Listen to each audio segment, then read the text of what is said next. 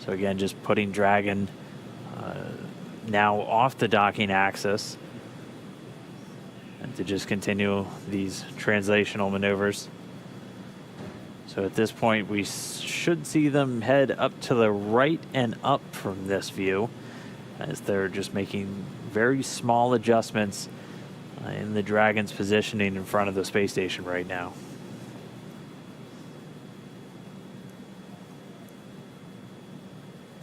And here comes the translation.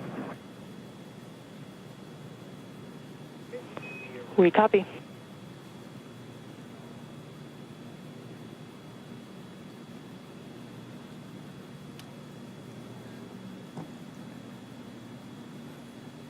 Yeah, in the data, it looks like we're seeing the 6 thrusters essentially on the bottom of the spacecraft right now from this view, lighting up. So it's going to begin to move them straight up.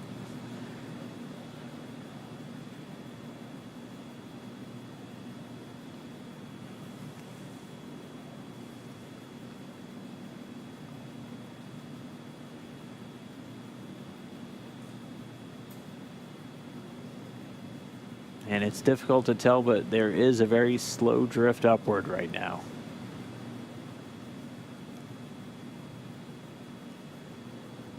Yeah, it looks like they're going about 0.1 meters a second, if I'm looking at this data correctly. So very slow and steady. And they will probably do a quick correction to stop that upward movement.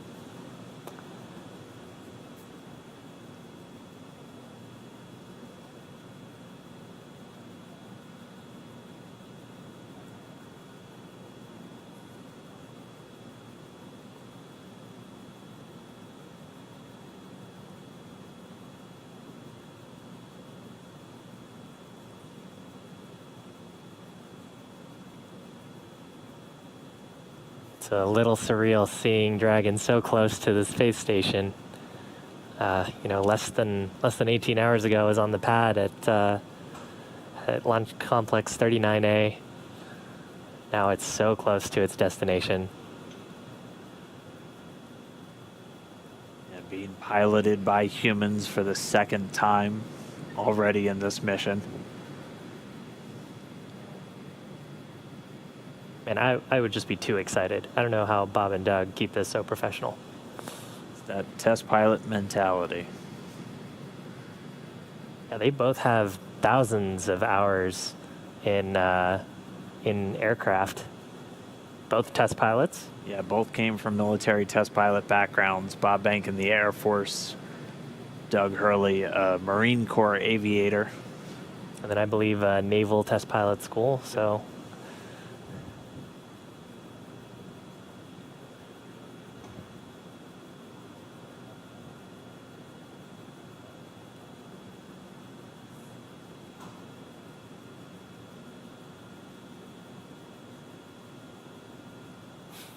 A little bit overexposed there, but you can still see the thrusters firing.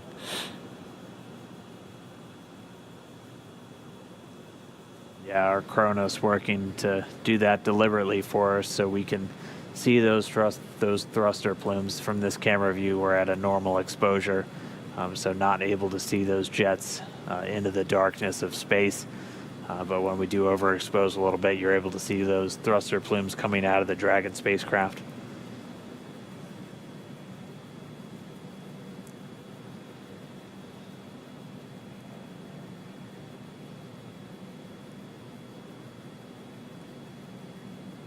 Yeah, it's amazing how the plume has to catch the light just the right way for us to even see that it's happening outside of data.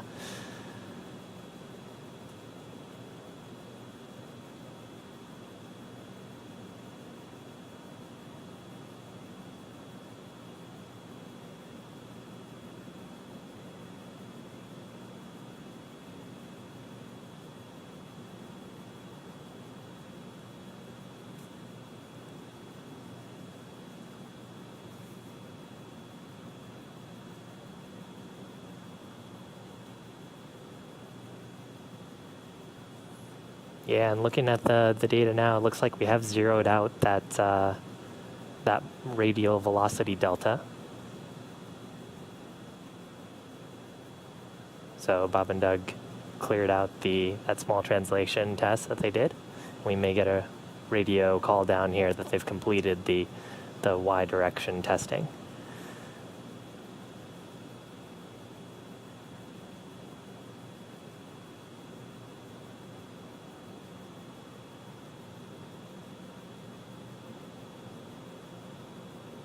Now, I know we've mentioned this a few times, but it looks like the spacecraft are totally still right now. And that's partially true. They're still relative to each other. But right now, both the space station and Dragon are going around the world, what is it, about once every 90-ish minutes? Yep. Or less? Once every 90 minutes, seeing 16 sunrises and sunsets every single day. And while our view right now, We've completed the Z translation, moving on to the Y. We copy. We're with you. A copy. So I was a little bit mistaken. They just finished up the Z direction, doing the Y next.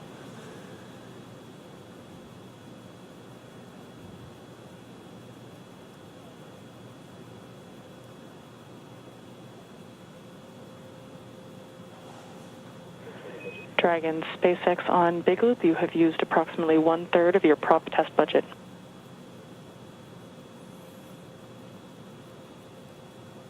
And Dragon copies 1/3 of the prop test budget.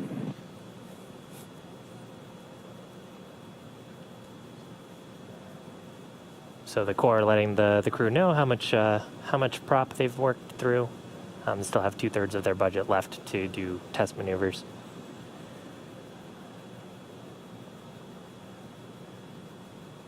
And of course, any bit of propellant that they're using is just a little bit less margin if they needed to use it for something else.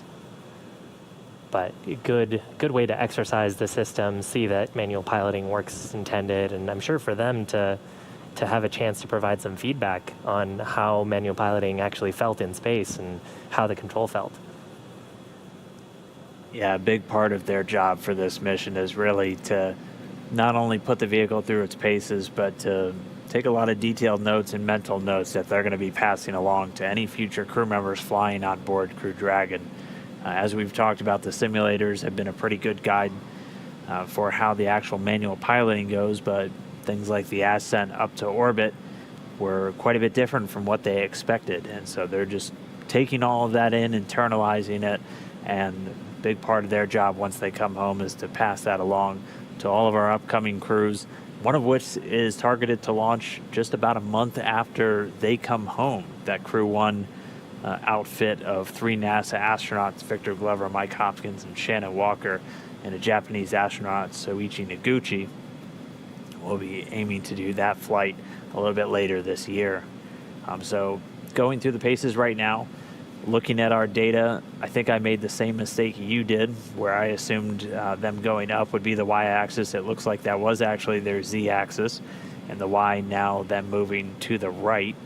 So we're seeing some small shifts.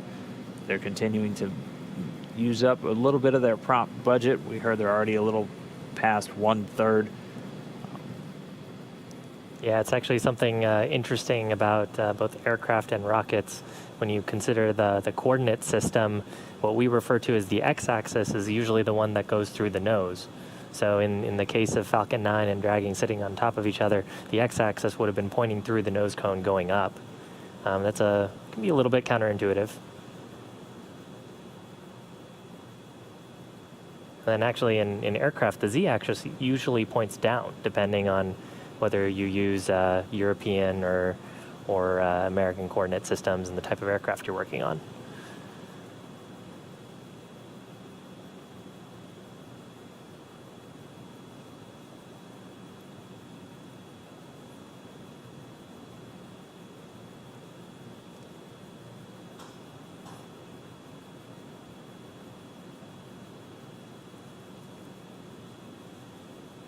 But important for both Space Station and Dragon to be on the same coordinate system as they do this eventually as they step into the approach maneuvers here towards waypoint 2. Dragon will be using its relative navigation sensors, again, for relative position to the station, to make sure that it's on the approach, within the bounds of the approach corridor going towards the station when we get to that after this manual piloting test.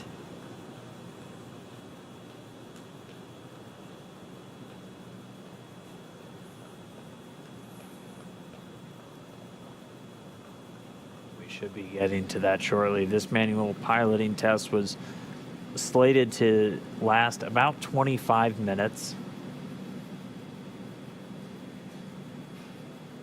And as we have been running ahead of schedule today, with all of Dragon's maneuvers, we could be looking at a docking only about 25 or 30 minutes from now. So once they're done with this manual flight test, they'll turn control back over to Dragon's flight computers, and they'll resume their approach, which had actually already started automatically before the crew issued a hold command to the vehicle. And then they'll press in to arrive at waypoint number 2, at which point the teams will do a final go, no-go for docking. They'll depart that 20-meter hold point, and it should be just about 5 minutes following that departure until we get contact and captured. Yeah, and the crew right now are seated in Dragon in the pilot and commander's seat. Both of them are suited for what are relatively dynamic maneuvers, and they'll continue to be suited until we have confirmation of good hard capture on the space station.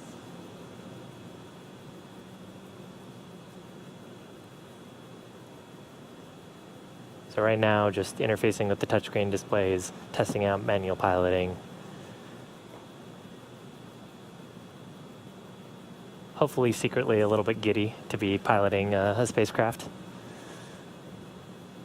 I mean, before they had launched, Bob Behnken had referred to this mission as every astronaut's dream, getting to launch in a new spacecraft, putting it through its paces.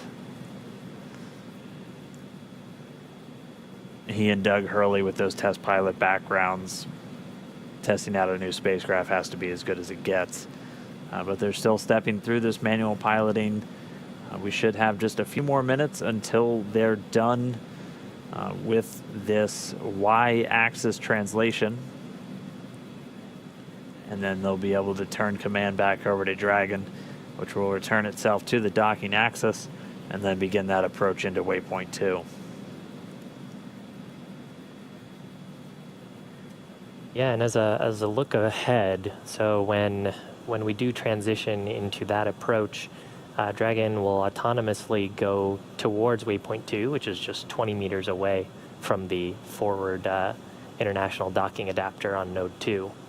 And it'll hold there. That'll give the ground team some time, both in Houston and here in Hawthorne, to do a go, no-go poll, make sure that the vehicle still looks healthy, make sure that everyone on board the space station and of course on board Dragon.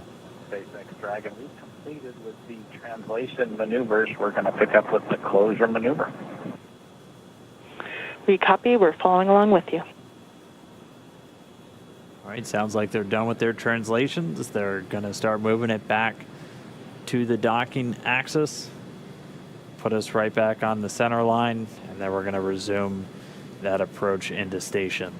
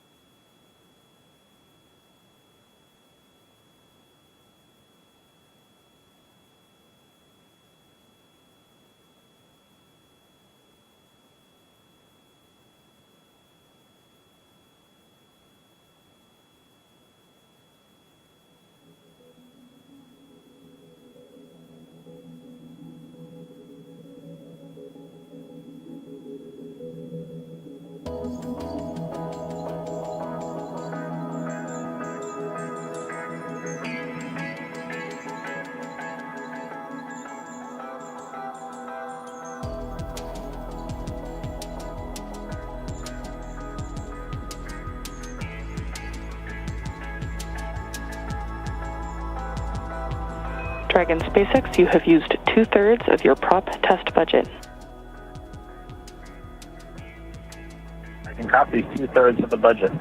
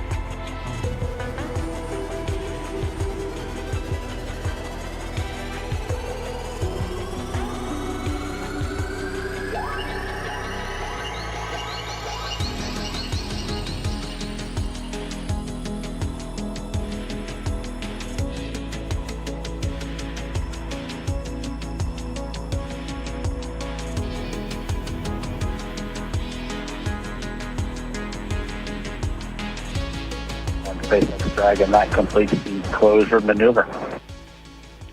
We copy. Closure maneuver complete.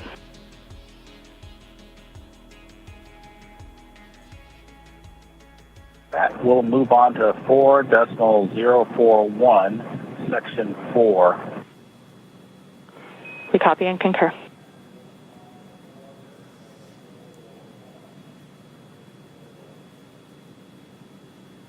All right, so our manual flight test has been completed. We're standing by for them to now resume approach 1.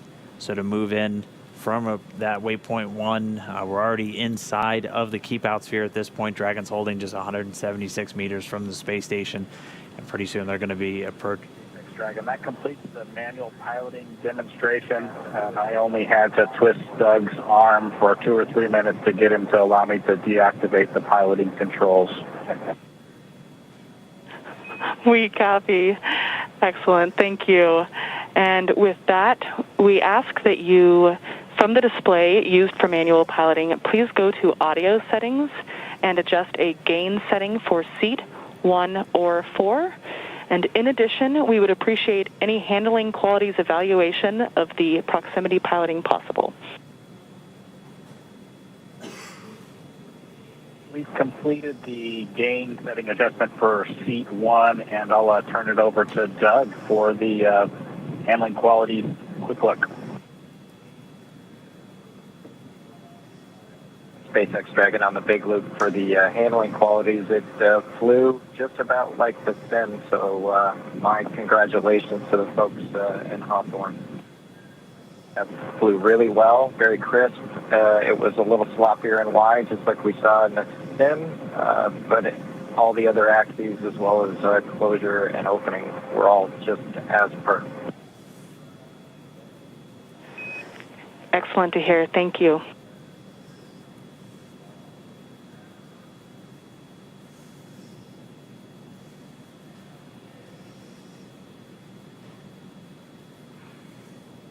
That kind of gives you an indication of sort of how the design process works. You know, Bob and Doug have had lots of opportunities to test this out and sim it and give their feedback.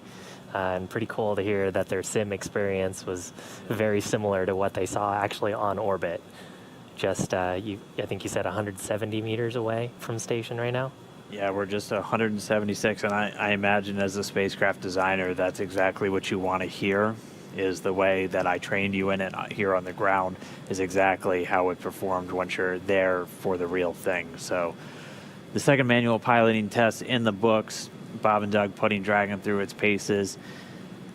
Now we're time to put it all to where we get to our endpoint. We're ready to get Dragon docked to the International Space Station.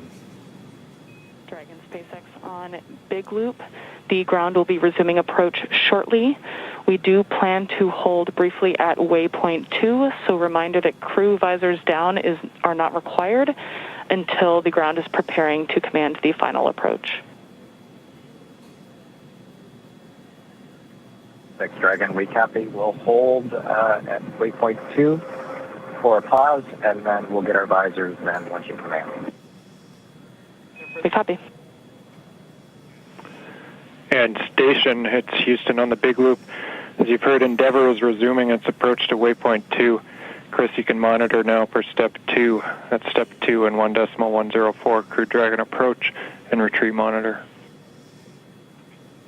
Copy. Step 2 will work.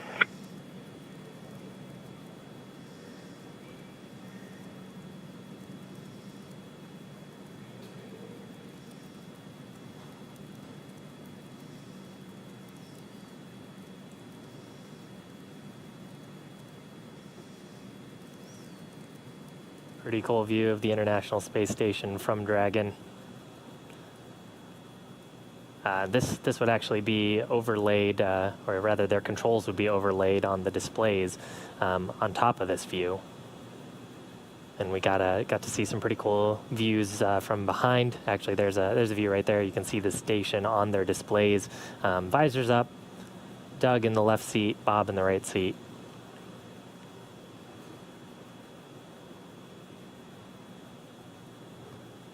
Yeah, so at this moment, Dragon is going to be resuming the approach. As we heard them informing the crew, they're going to have that one final hold when they're just 20 meters away. That's going to be at waypoint 2. We're expecting it to be a brief hold while the teams all tag up and do a final go to move in for docking. Getting a great look at the space station itself. The docking port is right in the center of our screen. You can see another spacecraft currently docked to the space station, the Japanese HTV spacecraft currently docked to the Earth-facing port, one of those common berthing mechanisms also on Node 2. So Dragon will be the second vehicle to be docked to the Harmony module once it makes its final approach.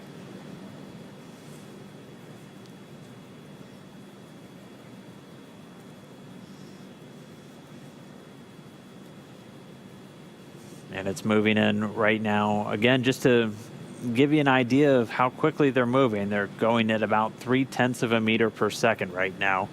And so if you're having any trouble with that docking simulator online, remember to just slow things down a little bit and your chances will go up exponentially. We just passed 140 meters away. We'll get our live video comm back with the space station momentarily. As soon as we do, we'll bring you back up there. But for now, Bob and Doug continuing to fly in. They're just 135 meters away. Station on the Big Loop. In step 2, a review of steps 3 and 4 is complete. Crew on the International Space Station is ready for docking. Station Houston on the Big Loop. We copy the review of 3 and 4 complete. International Space Station ready. Thank you. Expedition 63 Commander Chris Cassidy giving the report. Station is ready for docking. Yeah, and you can see the trajectory of the spacecraft. There are small corrections that are happening. So as we get closer and closer to station, we're trying to stay within those 2 corridors, which are shown coming out of the docking port that we're going towards. That little dot, I think, was the 20-meter hold point, so that's where we expect there to be the spacecraft holding right in front of the International Docking Adapter. There'll be a go, no-go poll. The ground teams have worked hard over the past probably years to come up with a set of what we call flight rules. So those are technical constraints, items that we look for, that if any of those criteria were violated, then we have a rule that we've predetermined, gives us guidance to say whether we could approach or not. So far, our vehicle has been very healthy, but technical ground teams will all do their due diligence to make sure that it's still safe to approach. Right, and at this moment, that approach is continuing, still moving in at about 0.3 of a meter per second. Dragon's coming up on just 100 meters away from the space station. So the very top there is the nose cone on the spacecraft, where we've got a cool view. Left side of your screen is the International Space Station.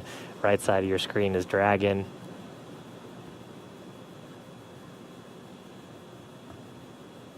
We're inside 100 meters, continuing to close. Again, we're going to have a short hold at 20 meters. Teams will just do a final check, and then they'll give Dragon the go. We're expecting it to be pretty brief. We should get to that hold point in just about 4 minutes, moving at our current pace. I think you can see a meatball and American flag on that on the spacecraft. The NASA logo, of course, referred to as the meatball. I think there was some spirited discussion about the meatball versus the worm during ascent. And you can see those logos. That structure on the fairing structure is actually what the Super Dracos are housed in. Of course, all of those are deactivated now, only used for launch escape during the ascent portion. Nose cone right at the top of the vehicle, and you can see sort of the sealing surface. Those four circular slots right underneath the nose cone within that red ring are the forward bulkhead Dracos. That's what we were using while we were conducting all those burns, the 5 burns to get to this point. Right now, we don't have a reason to use those. We'll only be making small attitude corrections with the service section Dracos. And you can see the service section actually pretty clearly here too. There's a black portion and a white portion sort of separated by a fin. The black portion is solar panels, solar cells that'll charge Dragon's batteries. And the bottom side, the white portion, is actually a thermal radiator that's used to keep the spacecraft nice and cool. Of course, the avionics and the cabin, making sure that Bob and Doug are comfortable inside.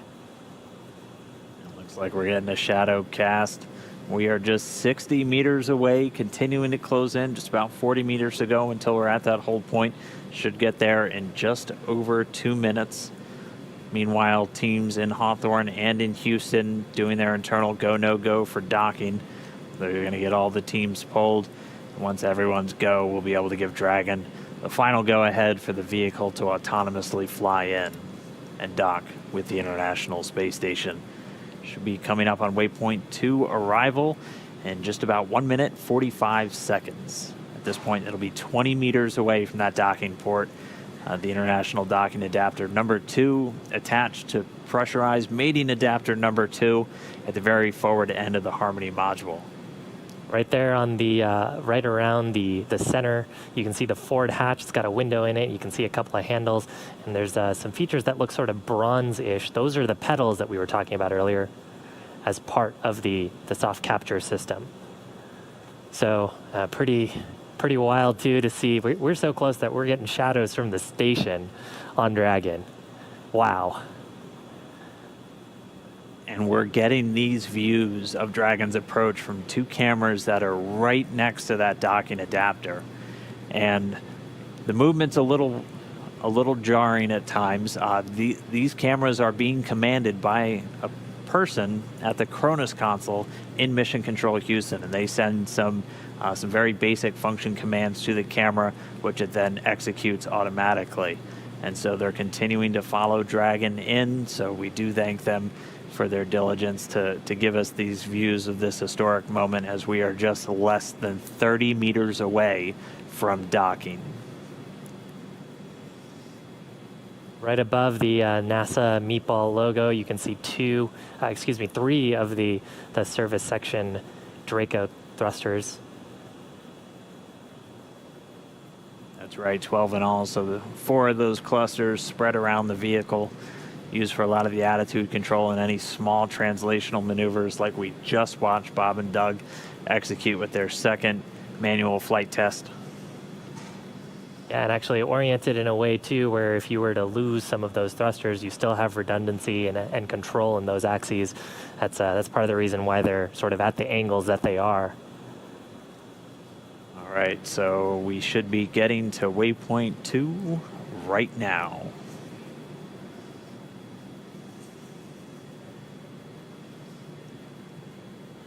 So it looks like we do have that hold.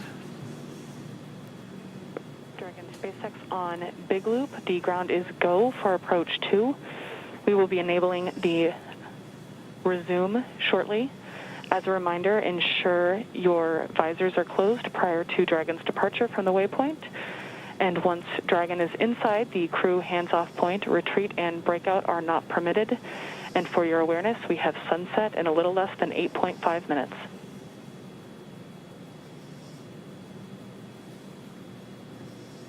Dragon copies all on the Big Loop. Go for docking.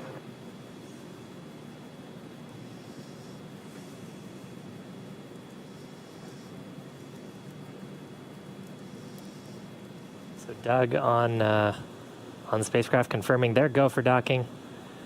They're going to put down their visors. Got some instructions there about the crew hands-off point that we had talked about earlier. That's a point where we don't want the crew issuing any commands to the vehicle. It's about just about 2 meters away from the docking adapter. I believe the number is about 1.7 meters. Station Houston on the Big Loop. Houston and station are now go for docking. Chris, you can monitor per steps 3 and 4. 3 and 4 in 1.104 Crew Dragon approach and retreat monitoring. Copy steps 3 and 4. Next Dragon on the Big Loop. Our visors are down. Copy, visors down.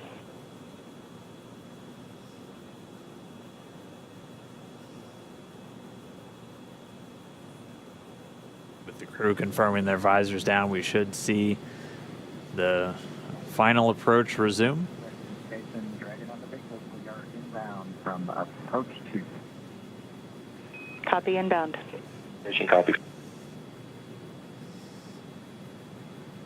And we're going to be racing that sunset. The approach has resumed.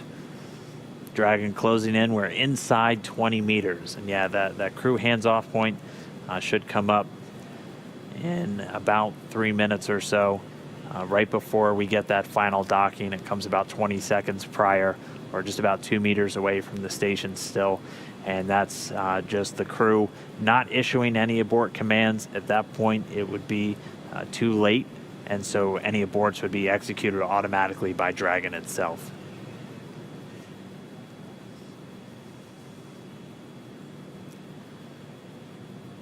So we're closing in at less than 1/10 of a meter per second at this point. You can see the service section Dracos just doing all these very small, minor attitude corrections. Really, the autonomous docking system at work, making sure that the vestibule and the soft capture system is lined up with IDA2. It's the International Docking Adapter.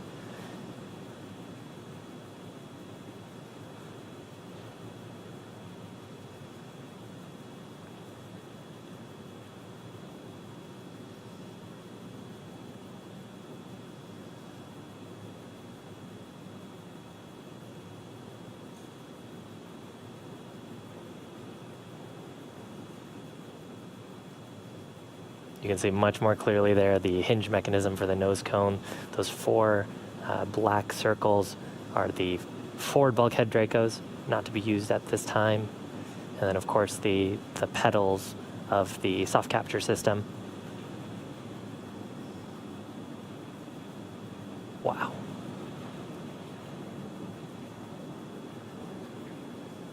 Dragon on the Big Loop. We're inside 10 meters. We cannot make out the docking target, but we do see the outline. We copy and concur, 10 meters. Right, we're less than 10 meters away. Again, we're closing at that rate of less than 1/10 of a meter per second. We should be just about 1 minute, 45 seconds away from docking. There's a center line camera right in that middle, so you can see where the forward hatch is, and right in the middle of that there's a window, and there's a center line camera that is aligned with the center of the vehicle and the center of the docking mechanism. So that is what the autonomous docking system is using to line up with sort of a cross-hatch, cross-target on the docking port. Again, the forward docking port on PMA2, or the pressurized mating adapter. And we are just 5 meters away. Again, we're racing that sunset. This Dragon continues to close, 4 meters to go. Those shadows of the space station on the vehicle.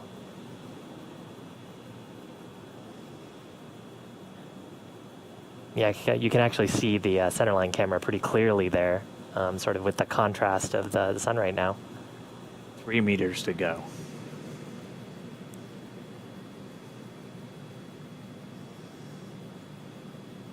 Two meters.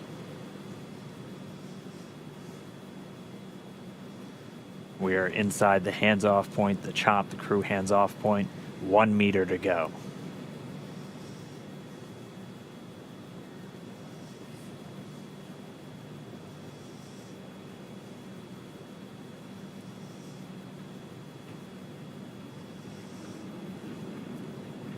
Soft capture complete.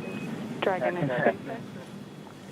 Soft capture confirmed. Stand by for retraction and docking.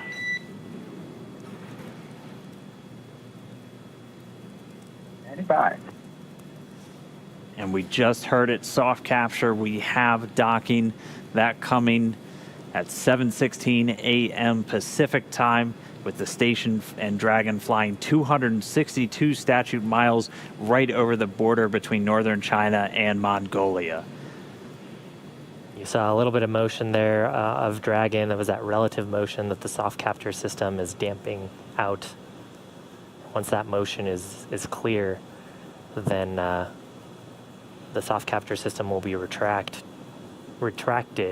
and Dragon will go for hard capture.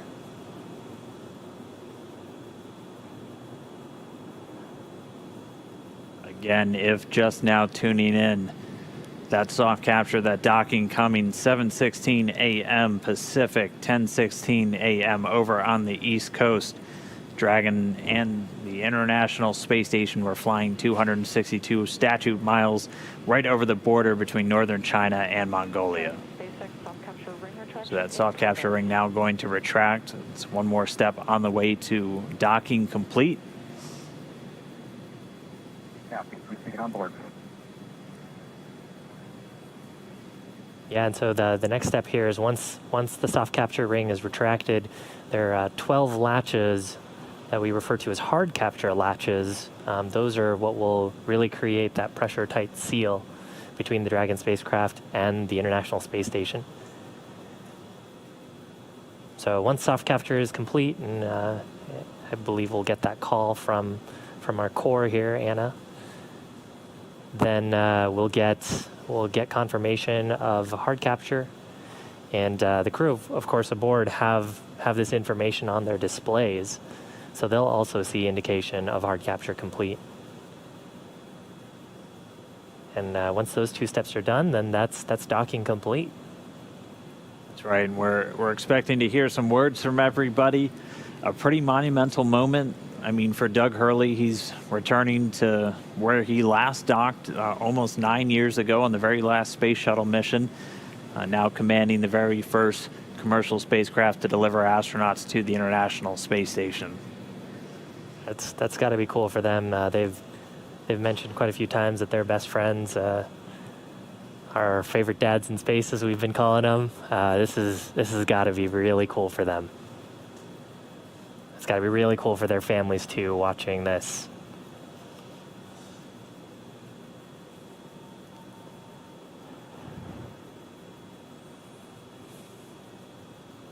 Looks like we have another quick handover. We'll get that video back shortly. We're about 75% complete already with that retraction.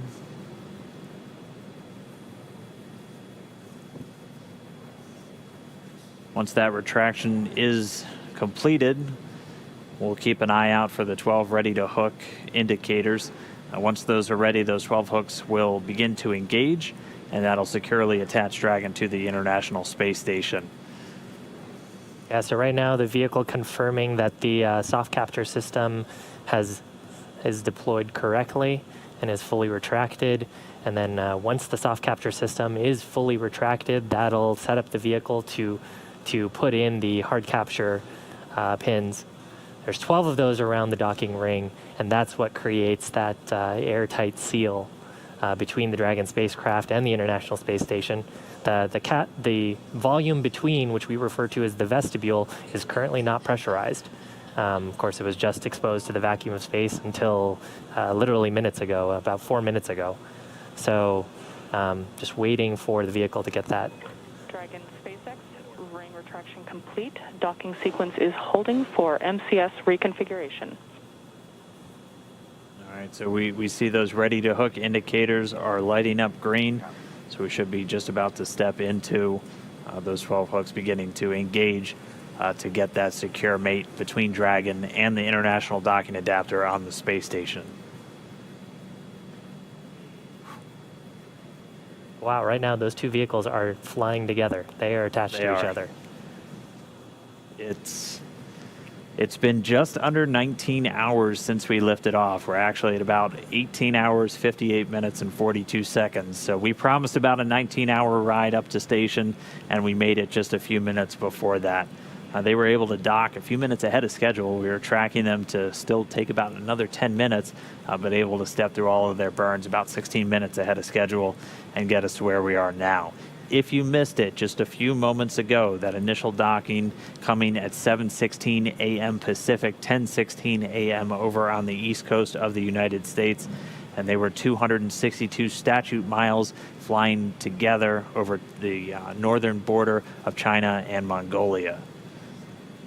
So really exciting. We're just waiting for this docking complete to be confirmed. We're expecting to hear some words, obviously, from the crew on board and all the excited teams down here. We're just waiting for this moment. And then it's time to start getting Dragon integrated into the station. There will be an umbilical that will get mated, and that'll allow Dragon to flow data and power into the station systems, and then it'll be over to the crew. Endeavour and station at Houston on the big loop. MCS is configured. We're proceeding with hook driving.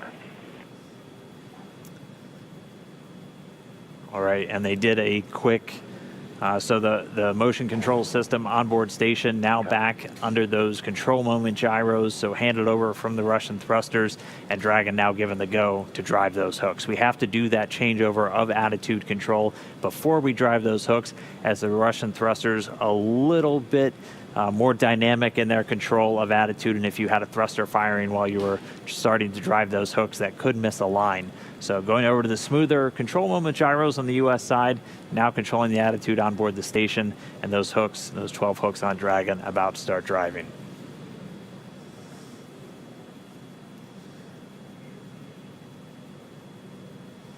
Right now, Dragon and ISS attached, just flying off the east coast of China, just underneath Japan.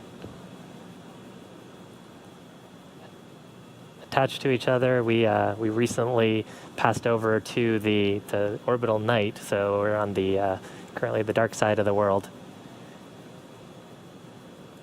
And actually, we're lucky enough to see soft capture happen just as we were crossing over the Terminator line. And if you're wondering what you're looking at, this is one of the cameras on the very outboard part of the Japanese experiment module, looking back in towards the very front part of Node 2, where Dragon is currently docked. We are in an orbital nighttime, that's why everything is so dark, but you're looking at Dragon. It is horizontal to the ground, so the hatch part is right where that green light pretty much is. You can see the nose cone still illuminated above it, and it is currently attached to an international docking adapter on the International Space Station. And inside that capsule are Bob Behnken and Doug Hurley, first astronauts to fly on a privately developed vehicle up to the International Space Station. Both test pilots got to do some fun tests today. Have a few more steps before they can actually get aboard and ingress to the International Space Station. And that's what we heard over the big loop, that transition which allows us to then proceed with hard capture. And we're seeing the first set of hooks, so the first 6 out of the 12 are now closed, 6 more to go. Again, there are 12 of those along the ring. And that helps us ensure that we have an airtight seal. It is vacuum around them right now, so we want to make sure we're keeping all of that valuable life support in the vehicle. Now the combined ISS Dragon vehicle.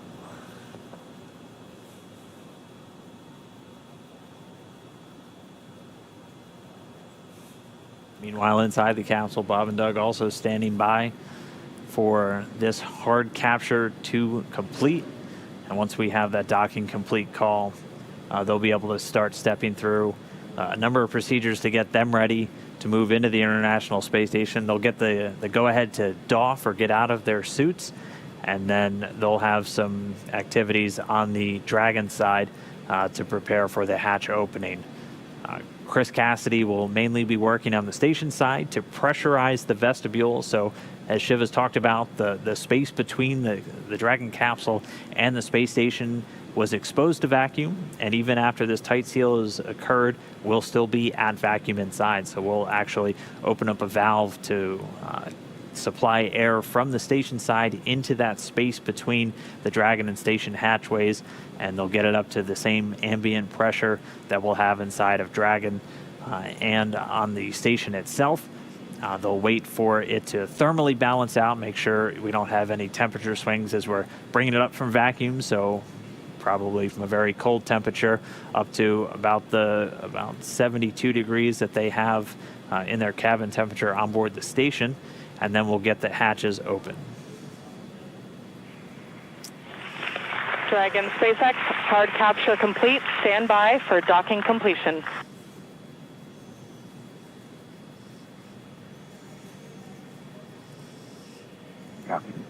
Now that hard capture is complete, so that's confirmation of those 12 latches to create that airtight seal. Now that's complete, the umbilicals from the station side will interface with the Dragon vehicle umbilicals, and that'll provide power and communications through space station directly to Dragon. Pretty much the whole way up, Dragon's been using a combination of batteries and its solar cells pointed at the sun to make sure that it has enough electrical power for the journey up.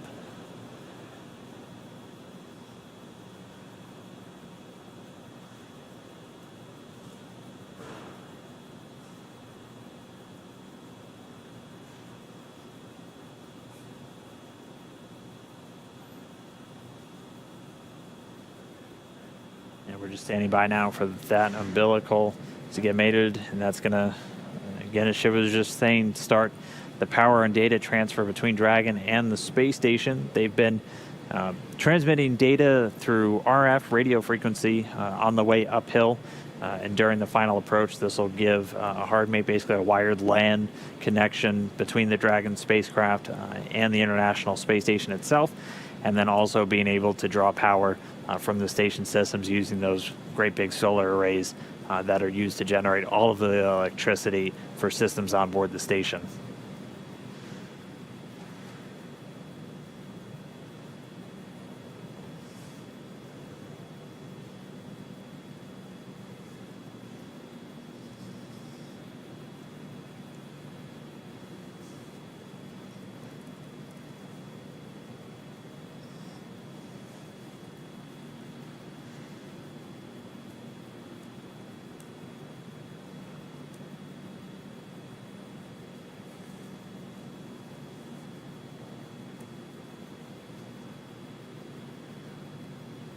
And the soft capture system has been stowed. We see the umbilical starting to deploy. About 40% of the way so far, going pretty quickly. Should just take a couple more seconds until we're all the way connected. And then we should be getting that docking complete call out from the core here in Mission Control, SpaceX and Hawthorne. Standing by. Dragon SpaceX docking sequence is complete.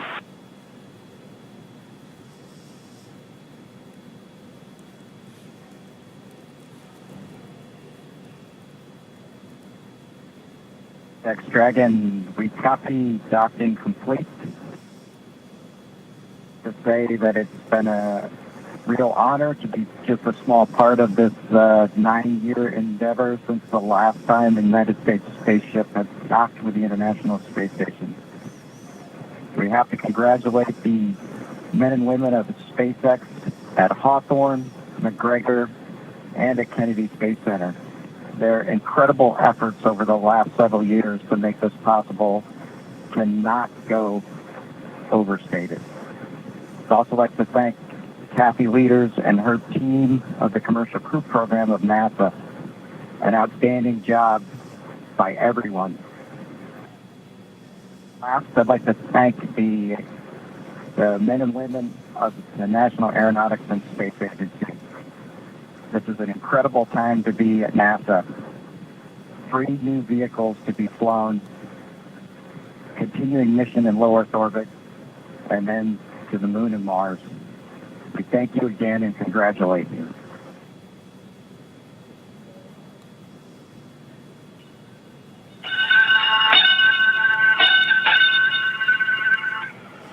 Dragon arriving.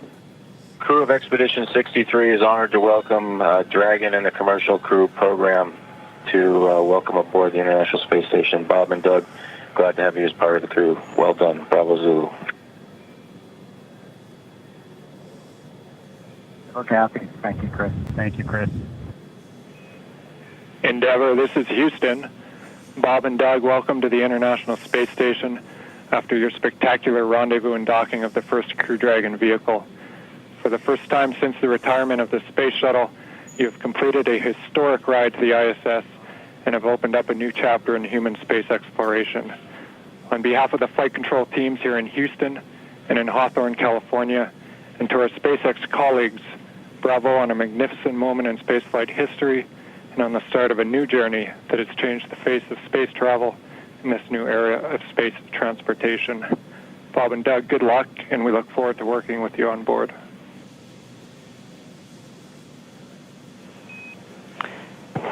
Dragon SpaceX, Bob and Doug, we here at SpaceX are honored to have been part of ushering in this new era of human spaceflight. On behalf of the SpaceX and NASA partnership, congratulations on a phenomenal accomplishment and welcome to the International Space Station.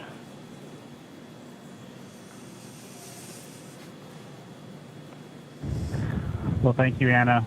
We appreciate all the good words and everyone thanking us, but it truly was a magnificent effort by the entire team, the SpaceX team, the NASA team, and a team across America who was able to pull this off and bring human spaceflight again to our nation.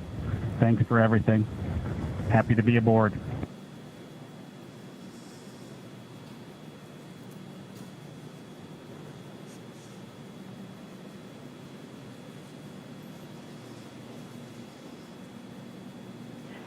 And Dragon SpaceX, with that, ground will be enabling hardline power and comm connection shortly. You are go to doff your suits per procedure 4.012.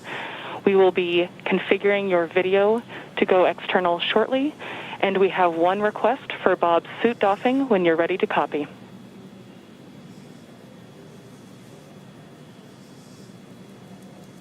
We copy all. Go ahead for Bob's suit. During your approach suit leak check, we noticed Bob's suit pass with a lower PSID than his previous vehicle and O&C checks. We still had plenty of margin to support you in a depress, but in order to rule out potential hardware issues, When Bob is doffing, after he opens his structural zipper, check all 3 bladder zipper heads to see if any are partially closed. It is possible that if the head is backed off slightly, that the white tooth is partially visible or a small gap can be seen between the end of the zipper head and the gasket end. Please report observations.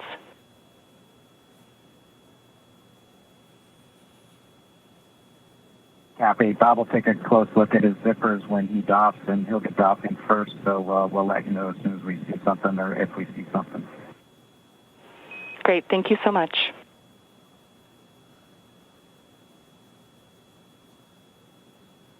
Wow. So now Dragon has completed its docking sequence. There's a number of checks. That was an absolutely historic moment. And in spite of that, the ground team's getting right back to business, talking about the suit performance. Just let us know when the interior cameras are secured. On Dragon to Gotta ground, turn we the will. cameras off first before we can get them out of their suits. Absolutely. So spacecraft is now docked. They've got several tasks that they're going to need to be able to do. While we're waiting for those tasks to happen, we're actually going to take a short break. But if, in case you just missed it, the Dragon spacecraft is now docked to the International Space Station, docked at 7:16 a.m. local time. Yep. Bob and Doug are at the space station.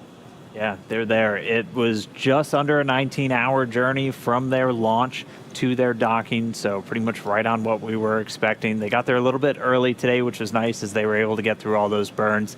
But they're docked. It's going to be a little while. They have to do that vestibule pressurization, and then they'll have to do some leak checks. Dragon on Dragon to ground for Bob.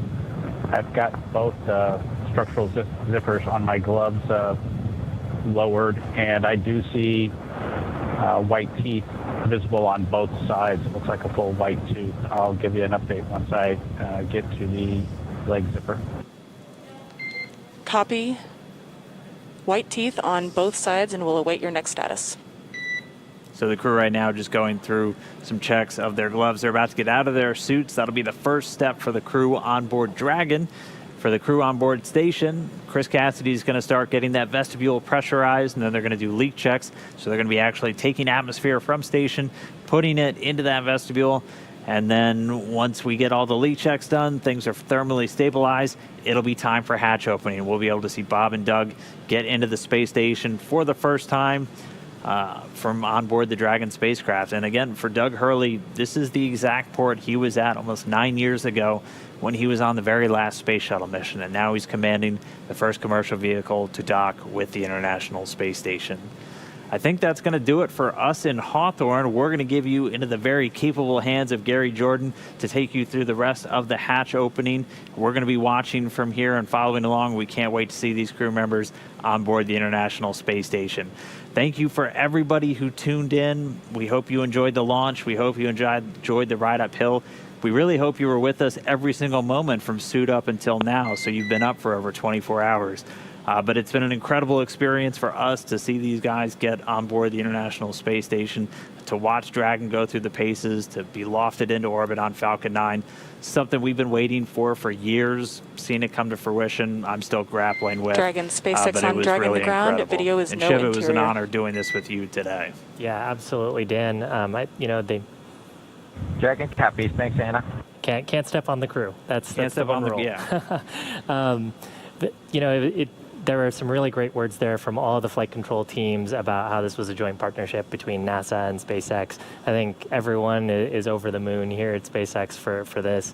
Bob and Doug have got to be excited, and now back to business to get the vestibule ready to go, and then get them on board the station. So again, thank you for following us. Please continue to watch as Gary takes over for the hatch opening portion. And keep following our social media for more updates on what's happening with Hatch Open. Over to you, Gary. Thank you, Shiva. Thank you, Dan. What an incredible flight for Bob and Doug, lifting off just yesterday and now in space, attached to the International Space Station. Some kind words all over after docking at 9:16 a.m. Central and a hard mate just 11 minutes later. We're still not done here. We're going to take you through the pressurization sequence and eventually hatch opening of the International Space Station. Ground. Cabin, mic check, com. And I hear you loud and clear on Dragon to Ground. How me? Loud and clear. Excellent.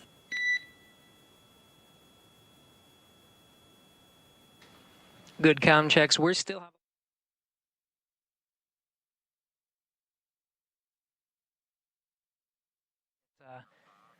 And SpaceX Dragon with an update from Bob. It looks like a white tooth on the leg zipper as well. We'll take a close look if we can see anything else that might have resulted in that lower leak check pressure. Copy. Really appreciate the report. Thank you.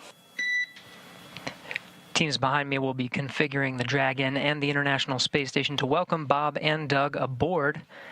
First, of course, the International Space Station attitude control moment gyros, really holding the Dragon in place through the hard capture sequence. We'll start enabling those thrusters and pressurizing the vestibule. It'll take about an hour until we're able to get the hatch open. The teams here in Mission Control Houston, Orbit 2, led by Flight Director Zeb Scoville, will be taking us through that process.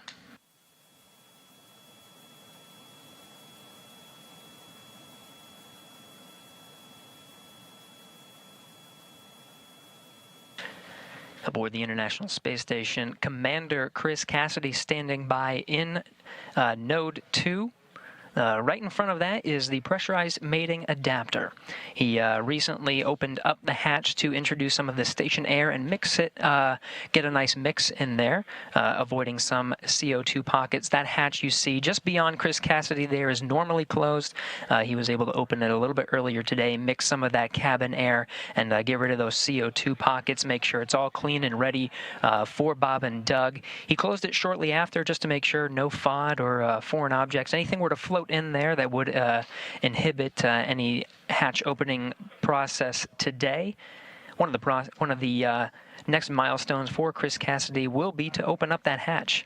He's got some cameras you see placed within that node. We'll get some good views of the hatch opening and welcoming Bob and Doug here in just about an hour.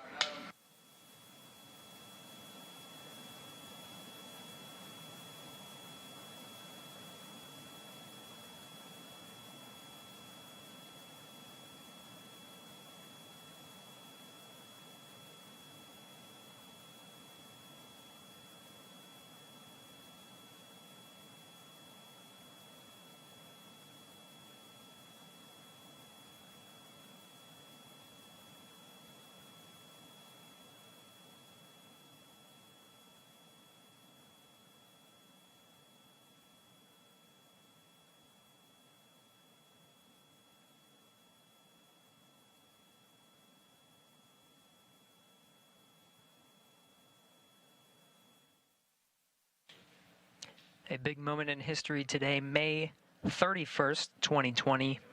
Just on the other side of that hatch, Bob Behnken and Doug Hurley have successfully arrived at the International Space Station. Still a couple of milestones to get through. Before we can open up that hatch, it's going to take some time. First, pressurizing the vestibule in between the station and Dragon.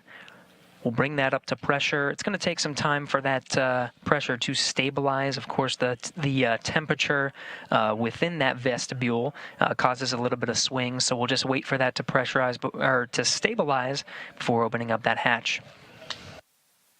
Here at Mission Control Houston, Flight Director Zeb Scoville welcoming the director of the NASA Johnson Space Center, Mark Geyer. We'll have a few other VIPs here in the room to welcome Bob and Doug once they get through that hatch.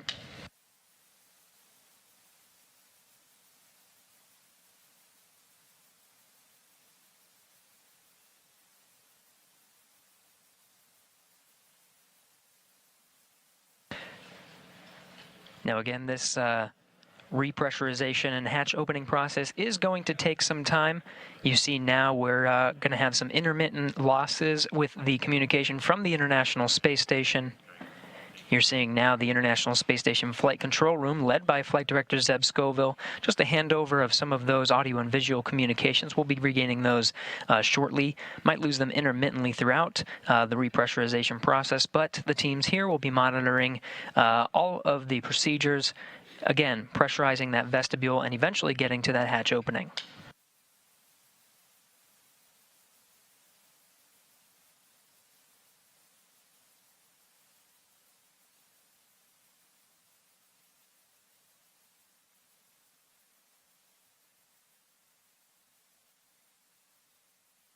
From right to left there, seated, you see Flight Director Zeb Scoville. It was he who was leading the teams for both the launch of Bob and Doug over at the Cape. He was leading the teams here in Mission Control Houston. You just saw the Johnson Space Center Director Mark Geyer walk off to the side. Seated next to Zeb Scoville, Joshua Kutrick. He is one of the members of the most recent class of astronauts, the class of 2017. Canadian Space Agency astronaut, went through candidate training and officially became an astronaut just recently.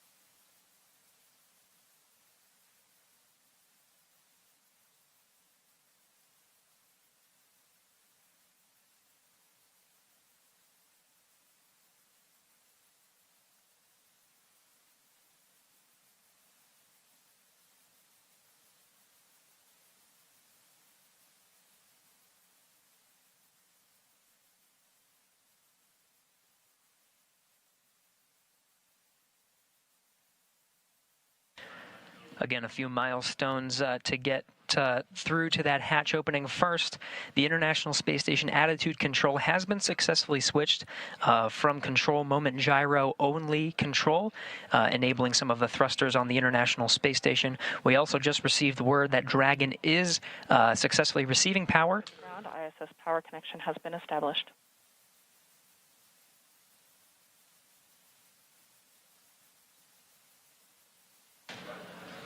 And there you have it. Dragon is successfully receiving power from the International Space Station.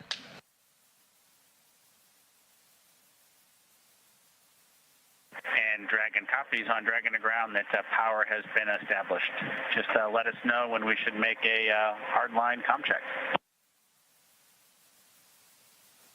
We will, Co. Thank you.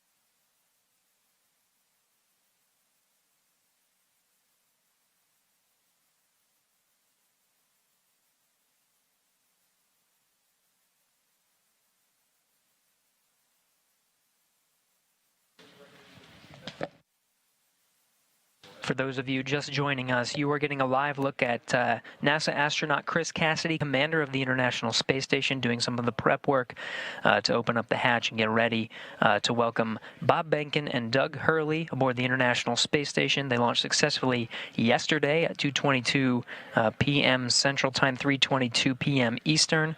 and docked successfully with a contact and capture just a little bit ago at 9:16 a.m. Central Time, 10:16 Eastern.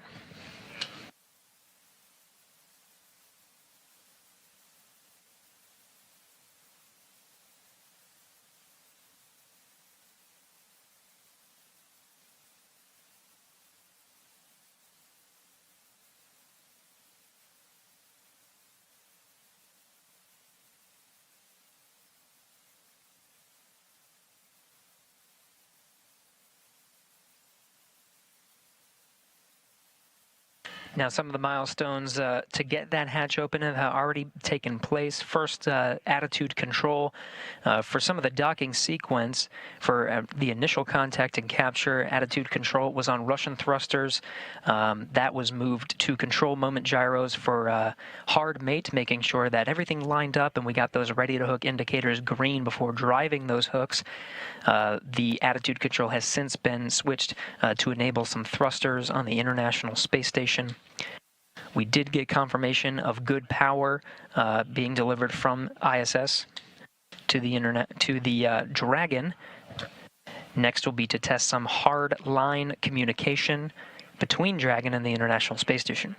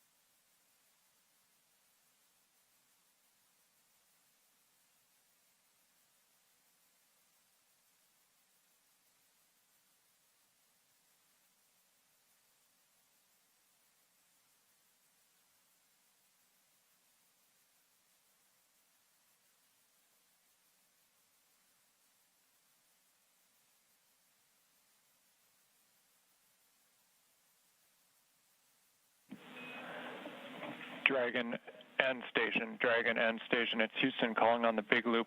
We're prepared and getting ready to transition the comm system to hardline, at which time we're going to do a couple comm checks. We just want to make sure everybody's on board with that and aware. So Dragon first, maybe let me know if you hear this and if you're go with that plan.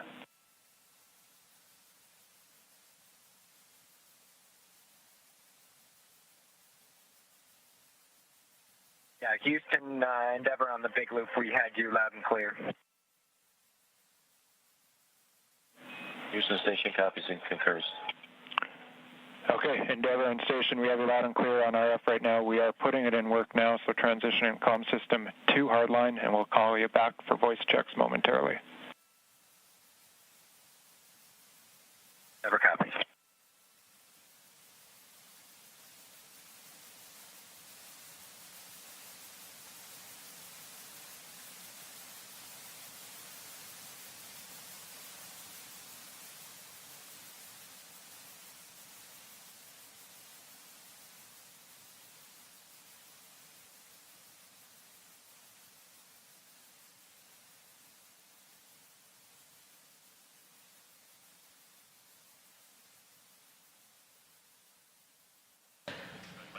This is Mission Control Houston. The voice you just heard was Capcom Joshua Kutrick from here in Mission Control Houston, relaying through the big loop. That's integrated communications with Dragon and the International Space Station, just taking us through those procedures until we get to hatch opening.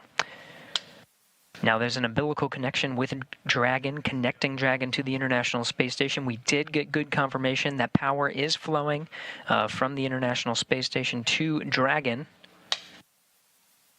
Next, we'll be proceeding with some of the communications checks.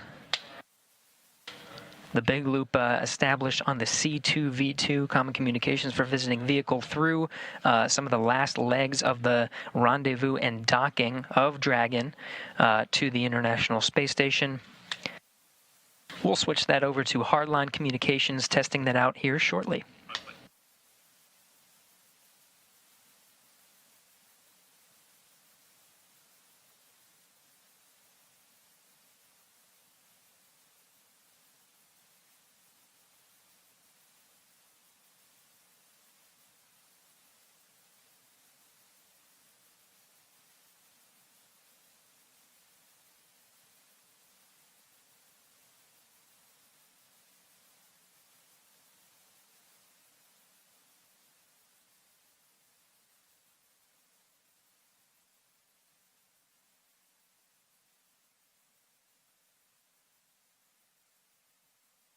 We're going to get some good views of station today. You see Chris Cassidy working inside Node 2. Just on the other side is the hatch.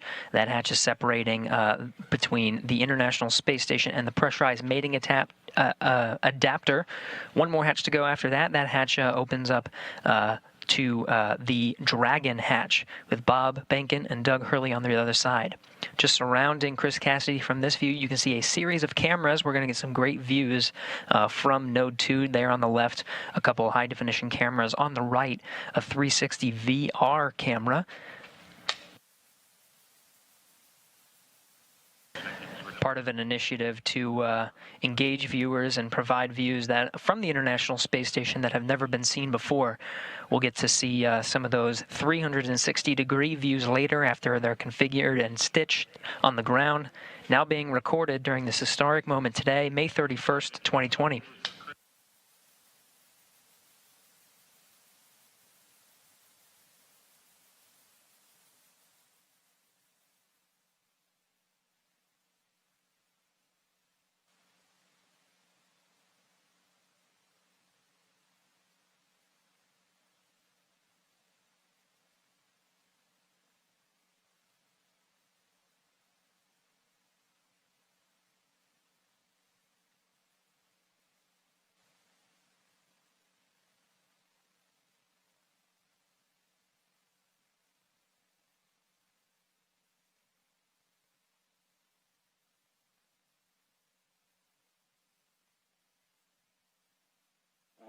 Affirmative, we are on the same page. Those steps in the execution note are all that's needed.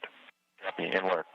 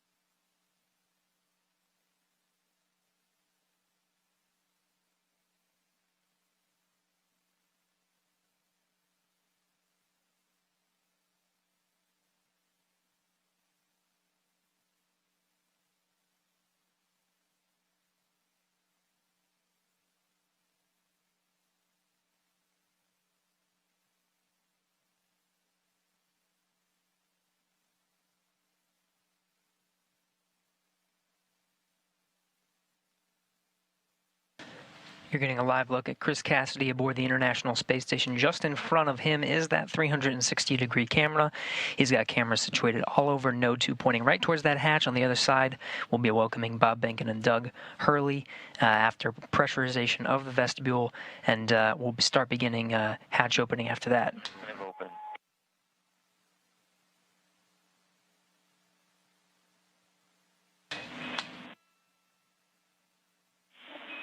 Yeah, we copy MPEV open, Chris.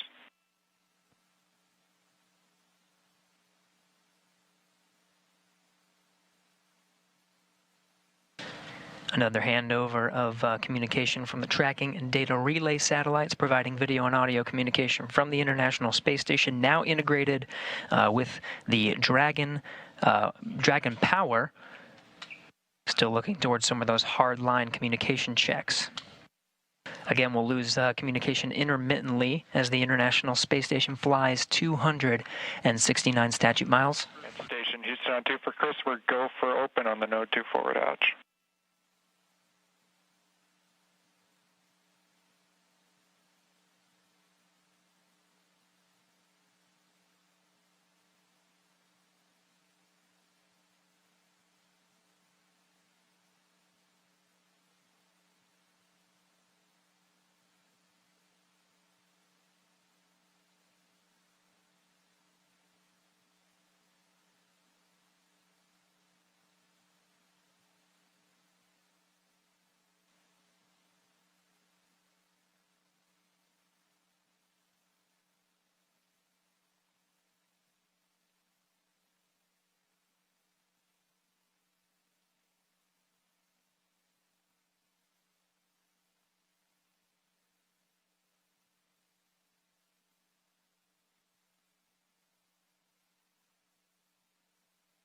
Regaining some of that video from International Space Station, Chris Cassidy given the go to open that Node 2 forward hatch.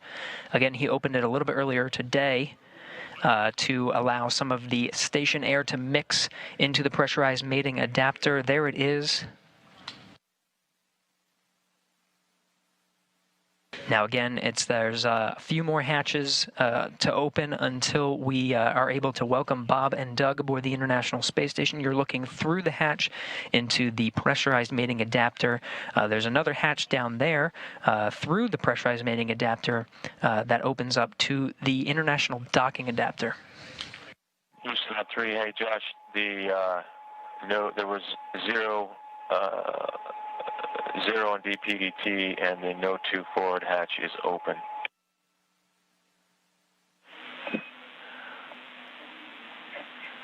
And Chris, we copy Node 2 forward hatch open. We concur your go for the next yellow activity. That's your 1515 activity. It's step 2 in 2.102 Crew Dragon ISS arrival through hatch opening. Basically, you're going to cycle the 8-pass equalization valve. And Dragon SpaceX on Dragon to ground. If desired, reference procedure 4.400 to monitor vestibule pressurization.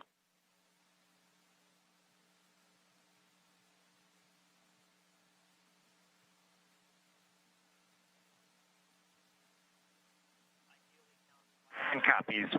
Small.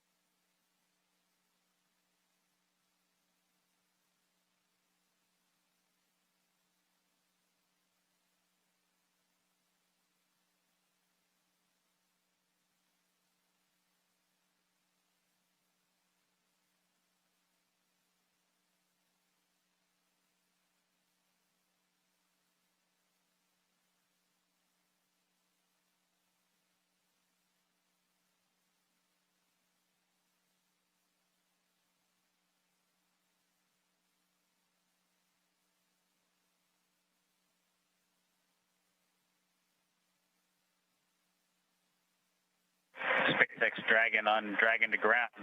For 4.012, we've completed up to Section 5, and we've got a timer started for 1 hour. Copy. Completed through Section 5, and your suits are drying, and you have started a timer for 1 hour. With that, do we have your permission to come back on board?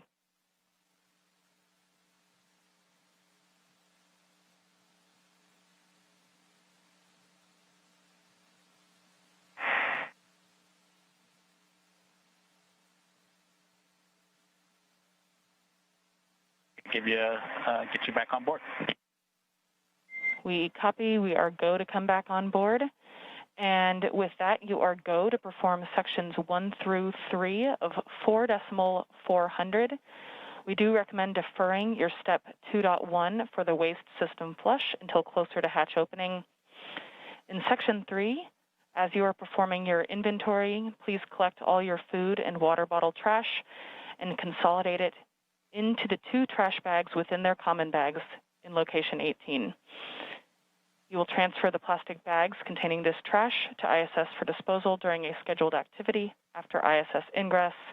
And do note that you are welcome to defer this inventory until after you eat your meal that is scheduled for right about now.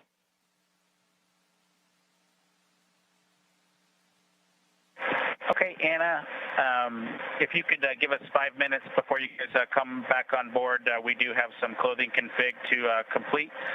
Understand we've got to go for sections 1, 2, and 3 of 4.400, and we will consolidate our trash into the bags provided in location 18. And we'll defer the docked waste configuration, section 2 of 4.400, until it gets closer to hatch opening. Station, we copy 1507.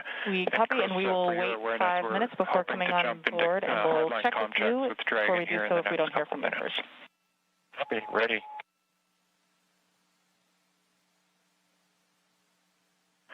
Thanks, Anna.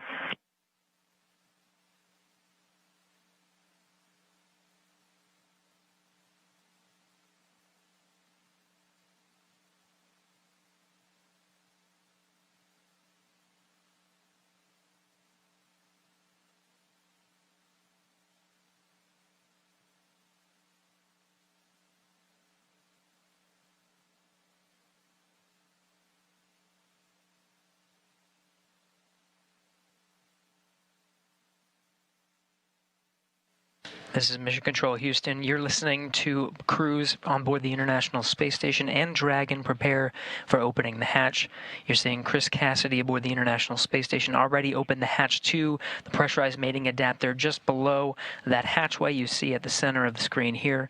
On the other side of the hatch is the hatchway to the International docking adapter. On the other side of that, the recently docked Crew Dragon.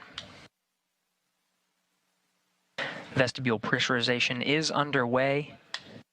This will equalize the pressure between Dragon and the International Space Station. Once it does come up to pressurization, it will take some time to equalize that pressure because of the temperature difference in the vestibule. Just take some time to stabilize. Dragon, Endeavor, it's Houston. Calling you on hardline now for a voice check. How do you read?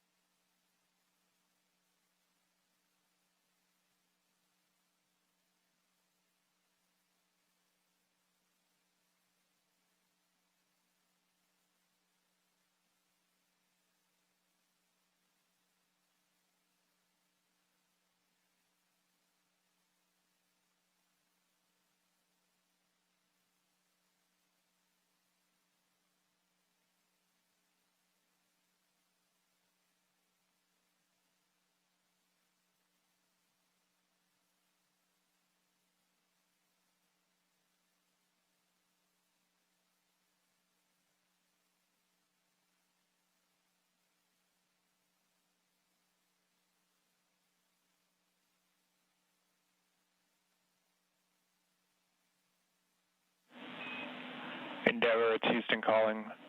Space to ground 2 via hardline now for a voice check. Do you read?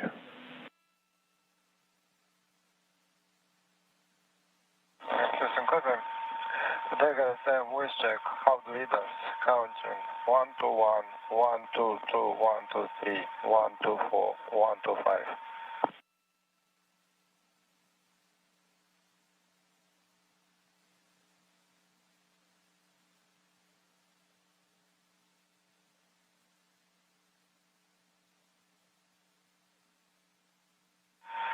Houston station, space to ground 2.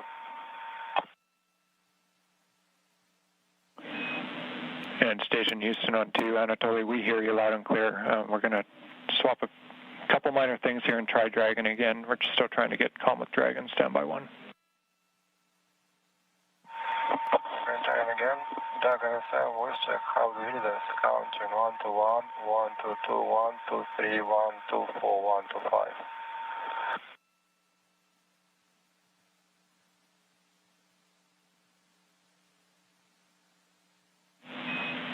And Station Houston on 2. Everybody, we'll just stand by for a few minutes. We're going to try to raise Dragon by another means. Stand by.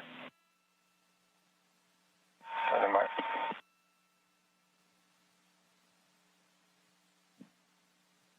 And Endeavor, it's Houston calling on Dragon to ground 1. We're trying to reach you via hardline. Just not sure if you're receiving it or not. Let us know at your convenience.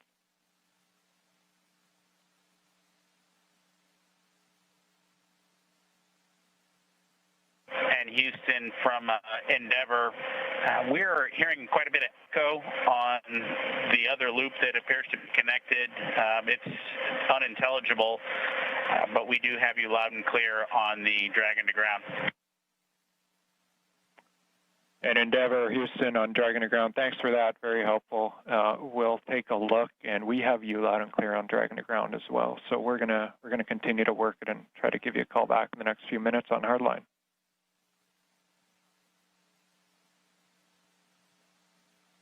Endeavor copies. Thanks.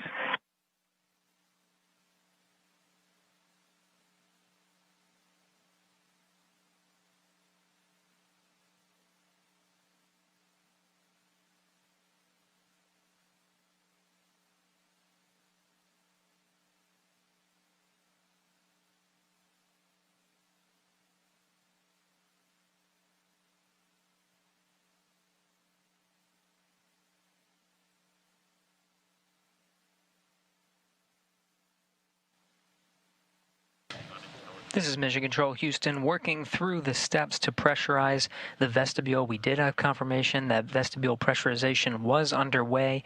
We do have power flowing from the International Space Station to Dragon after it docked for a contact and capture at 9:16 a.m. Central Time, 10:16 a.m. Eastern, just earlier this morning.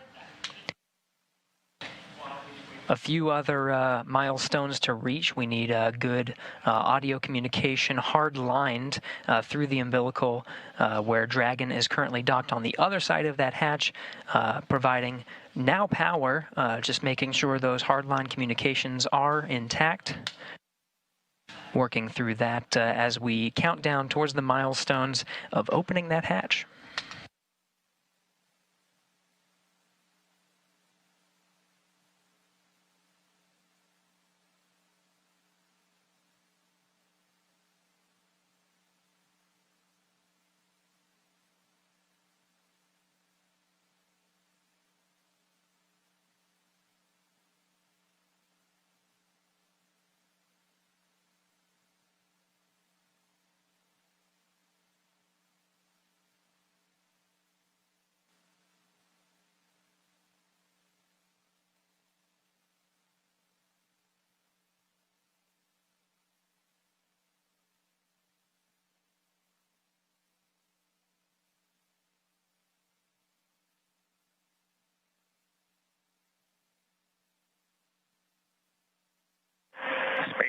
Dragon on Dragon to ground.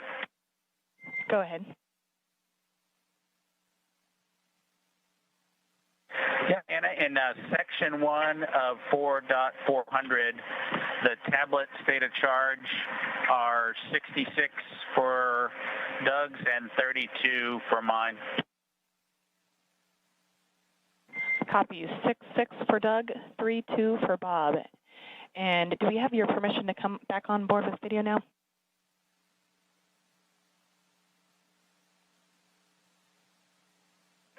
Yeah, go ahead and come on board. We just may have to take it down at some point, as you might imagine, but come on board. Sounds great. Thanks.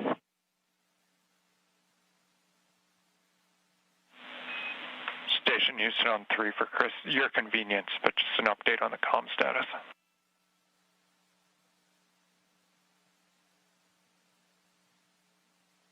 Yes, sir. Go ahead. Chris, you've probably been able to tell we've run into some minor issues trying to get hardline established, so we're working that here, and we're going to be reattempting the comm checks as soon as we think we're go. I'll give you a heads up on that. And then regarding stuff, just get aheads. I was going to pass along to do the teardown from steps 3 and 4 in the approach monitoring, but I just saw it go gray, so have you done that already?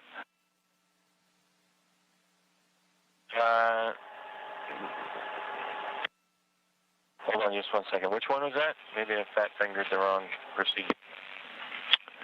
Yeah, no, it's subtle. So it's in the execution note for Dragon approach monitoring, as we were monitoring Dragon earlier in the day. Down in the execution note are the teardown steps. I'm here in the cupola right now. I'll take care of it. It's not gray, but momentarily it will be. Sounds good. And I'm also hearing on that we have done on the ground steps 1 through 4, so it's just 5 and 6 left for you in that teardown procedure.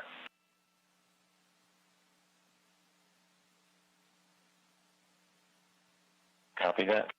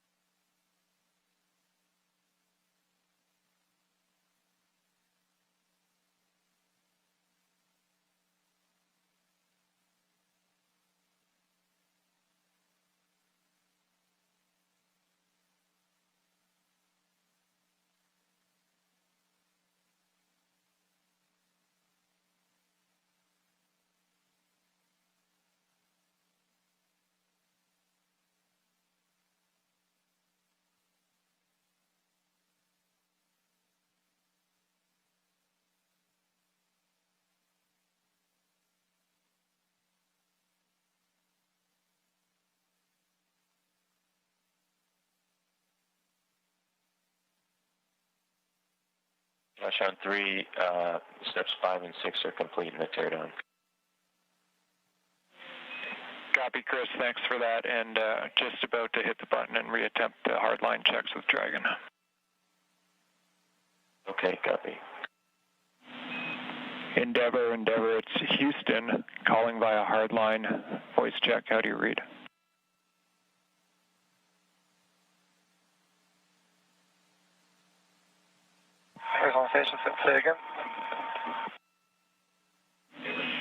And station standby Endeavor. This is a call for Endeavor via hardline voice check. How do you read? Houston Endeavor, completely unreadable. It's skipping pretty badly.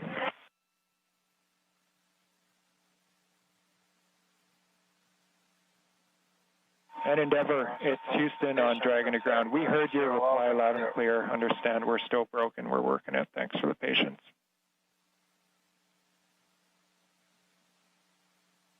We got you, Josh. That's exactly the case. Thanks.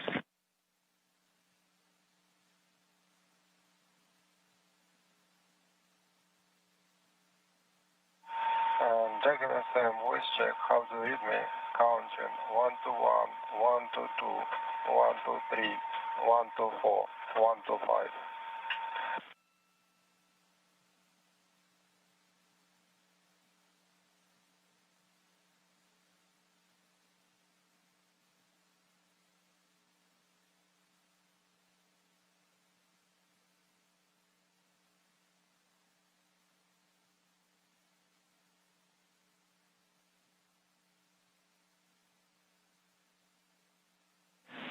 And station on 2 for Anatoly. Anatoly, we're hearing you loud and clear in Houston. We seem to have an issue still with COM2 Dragon, so we'll just have you stand by. We'll let you know when we're ready to retry. Thanks for your patience. Okay, call me on space to ground 1, please.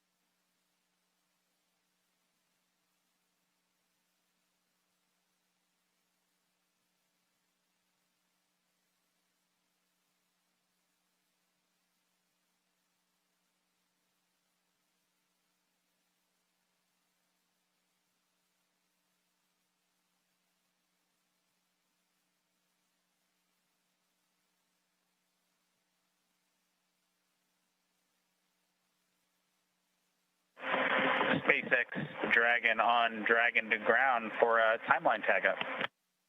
Go ahead.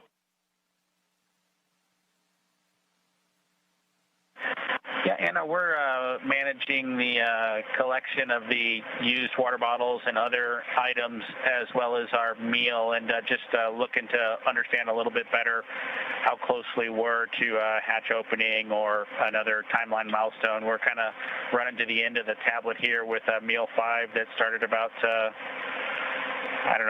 25 minutes ago or so, and so just wanting to understand how much time we've got in front of us. In Dragon SpaceX, we estimate we are about an hour to Dragon hatch opening.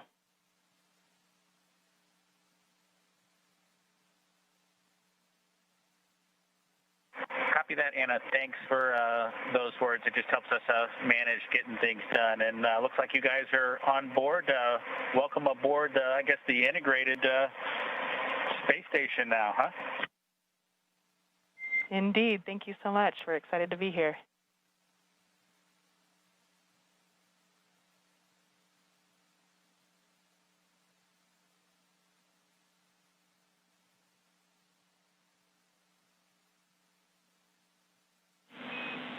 Endeavor, Houston calling over hardline for a voice check. How do you read us now?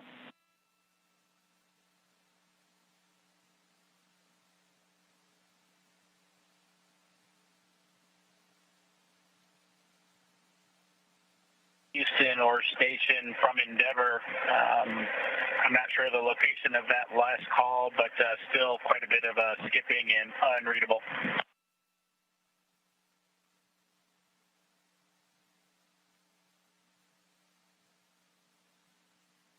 And Endeavor, it's Houston, loud and clear on Dragon to ground.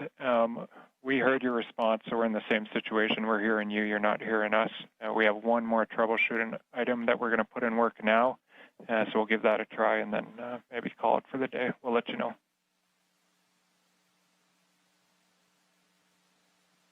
Endeavor copies. Thanks, Houston.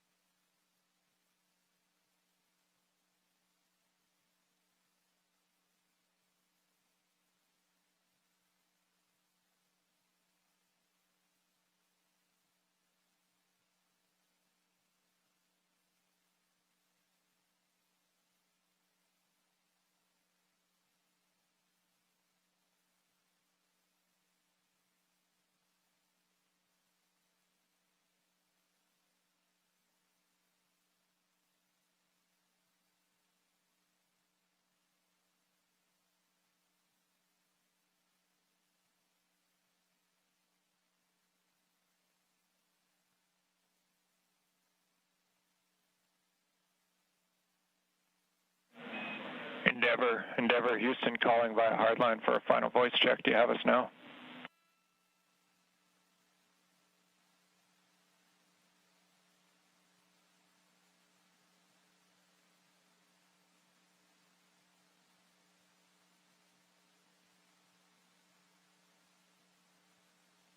Houston, Dragon on the big loop. That was an improvement, but it's still completely unreadable.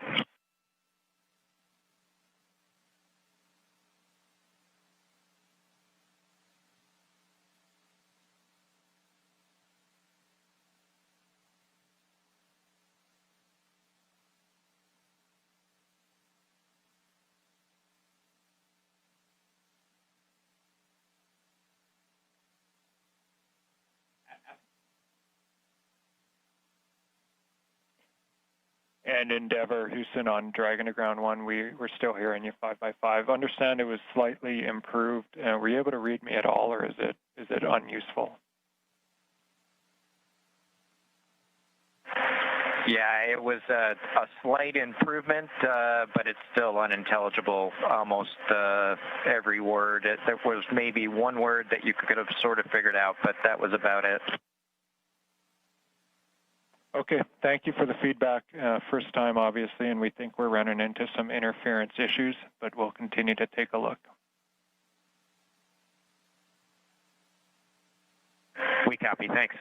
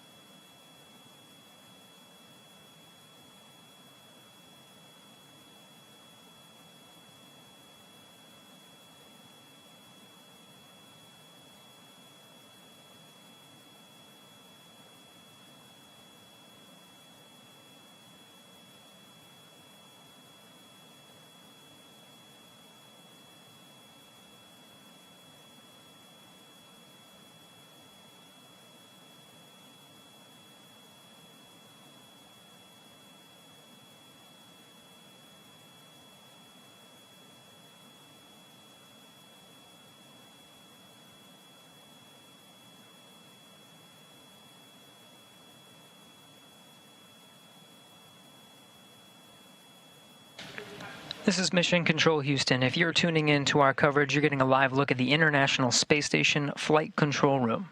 You're hearing a lot of communications from the International Space Station, both from the space station side over space to ground. NASA astronaut Chris Cassidy, International Space Station Commander, setting up for the hatch opening. You can see a series of cameras scattered around, ready to capture the best views of Bob and Doug coming through that hatch. We did get confirmation just shortly that we did have good pressurization of the vestibule. It'll be about 10 minutes to perform a series of leak checks. Again, that pressure needs to stabilize. The thermal conditions make it swing just a little bit, so just waiting for that to stabilize before those leak checks are finalized. That underway within the next 10 minutes. We do have communications settled in the hardline connection between International Space Station and Dragon. You can see from the inside of Dragon now, the crew doffed or took off their suits, just getting a few things packed up before they eventually open up the hatch after that pressurization is equalized between Space Station and Dragon.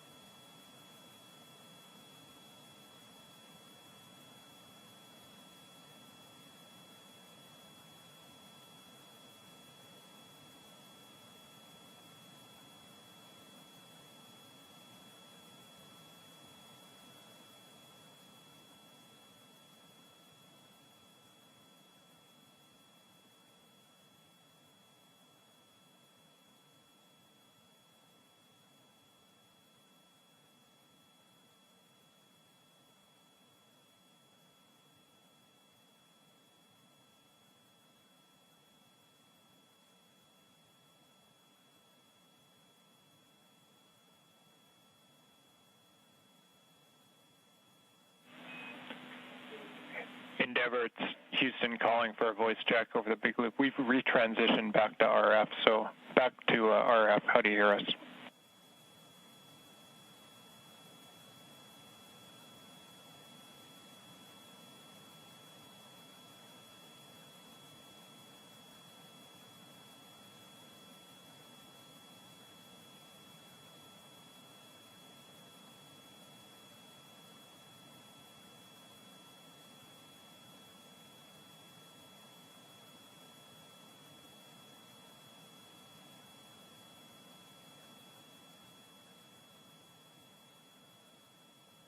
Houston Dragon on the big loop. Was that comm check for us?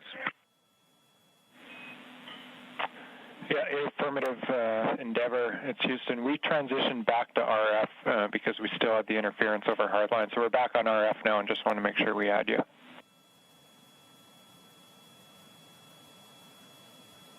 We've got you loud and clear on RF. Loud and clear as well. We're just going to leave it here for now. Thank you.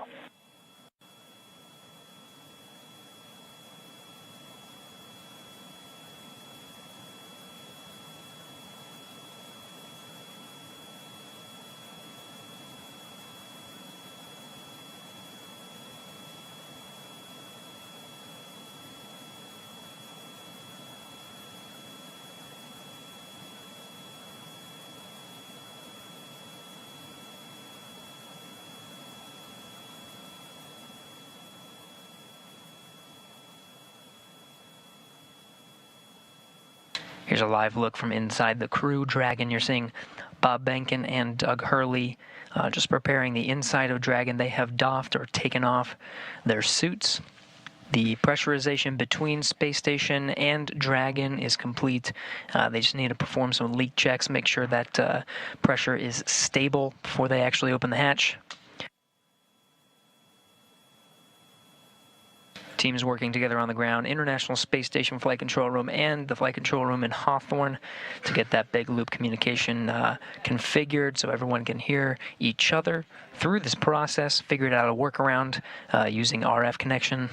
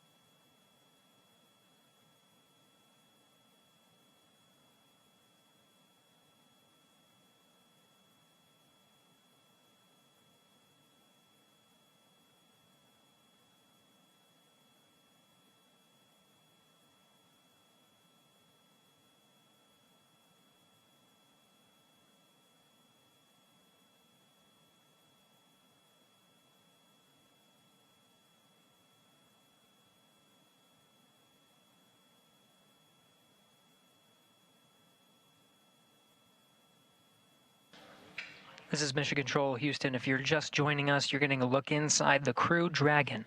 That was Bob Bankhead seated on the right side, the pilot seat, or the Joint Operations Mission Commander seat for Demo 2. He and Doug Hurley, the commander of the spacecraft, just preparing the inside, putting away some trash. They just doffed their suits, and right now just waiting for the pressure to equalize between the International Space Station and Bob and Doug. Just two hatches, really, separating them from the inside of the orbiting complex. Aboard International Space Station, Commander Chris Cassidy has been outfitting Node 2. It's the first node. Once you cross over some of the hatchways, there it is. You can see some of the cameras positioned around to capture the crew coming in to the International Space Station. Much of that work completed at this point.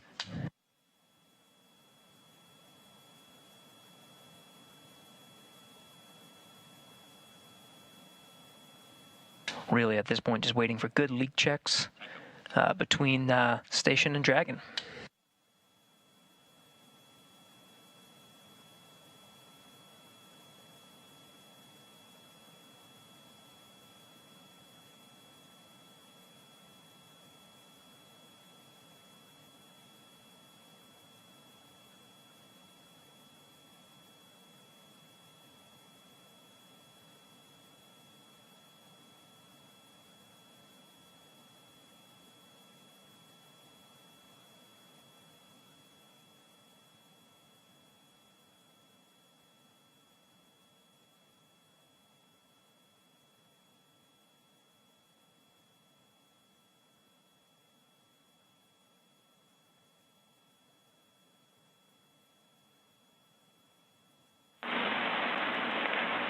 Station Huntsville, Space to Ground 3 for Chris on the ISS experience.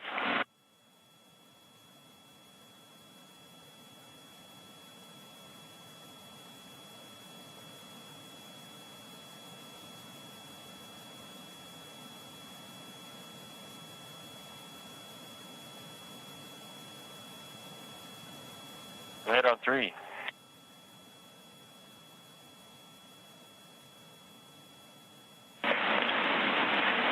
Chris, we're not seeing good connection between the SSC-25 and the camera. We're coming up on a handover, but they're looking for a reboot of SSC-25. Reboot 25, copy. SpaceX Dragon on Dragon to ground for inventory. I am here and ready to copy.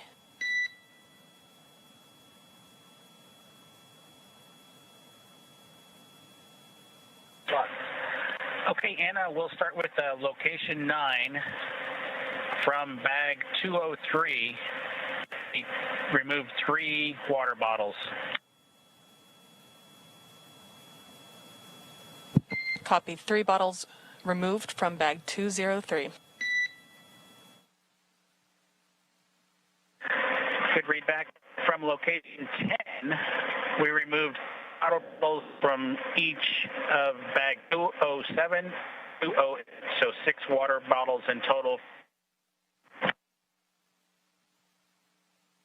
And Dragon SpaceX, you were pretty broken on that call, but I think I copied 3 bottles from each bag 207 and 208. Is that correct?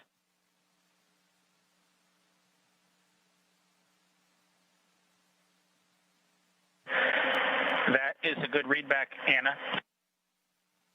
I copy.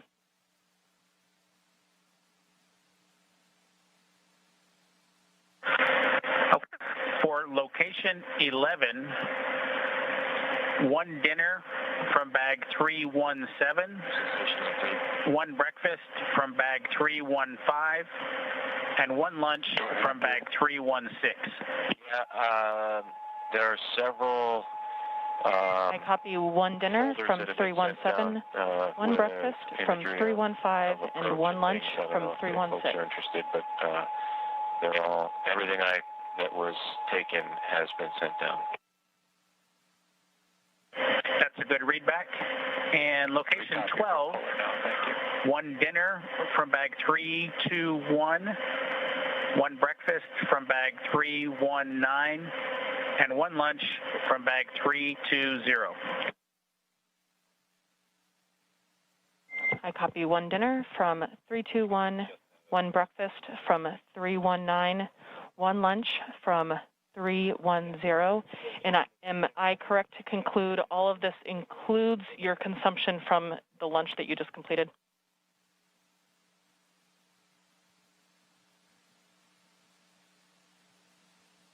That's correct, Anna. We've finished eating, and the lunch we just completed is a good complete list of what I've read down to you so far.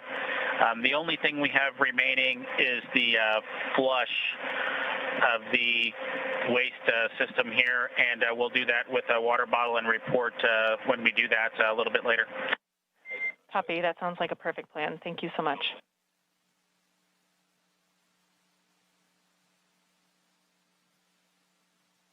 Okay, with that, that's the extent of our inventory. All else is per the packing plan. Copy all else from per the packing plan.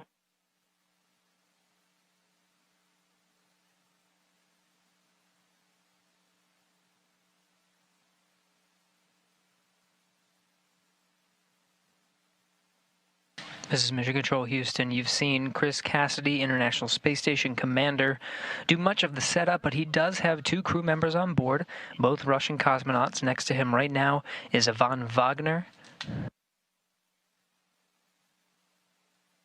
rookie space flyer that was on the same Soyuz spacecraft that Chris Cassidy launched on from the Baikonur Cosmodrome just a little more than a month ago. Also on board is Russian cosmonaut Anatoly Ivanishin.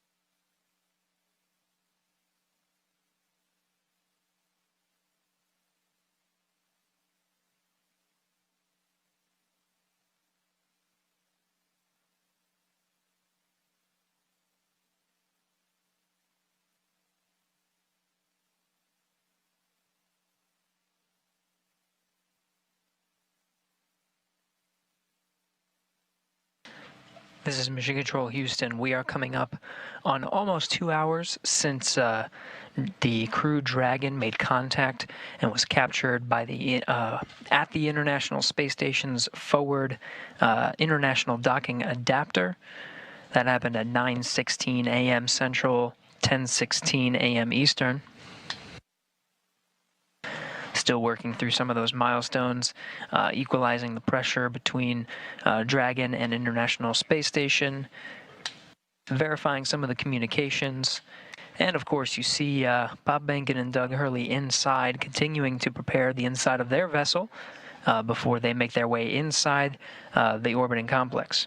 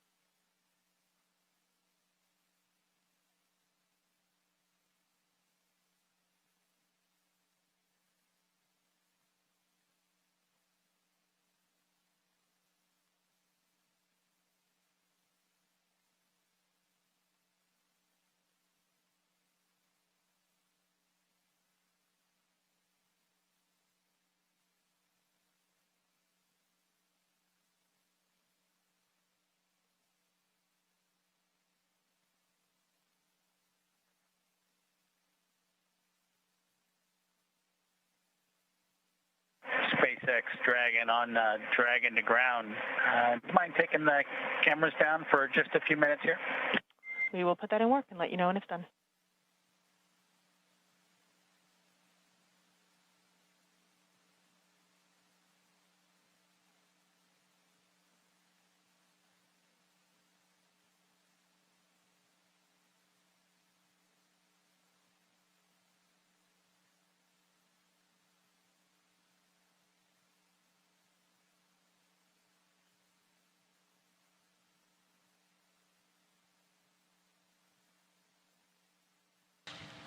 This is Mission Control Houston.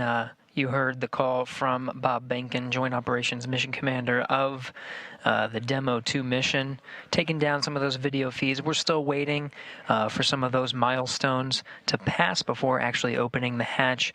The Dragon crew continuing to get themselves ready before opening the hatch. Chris Cassidy on the other side, just preparing some of the camera views, making sure everything's set there, done even a little bit ahead of time. We do have confirmation that there is a good data connection path between Dragon and the International Space Station. Some of those checks underway next.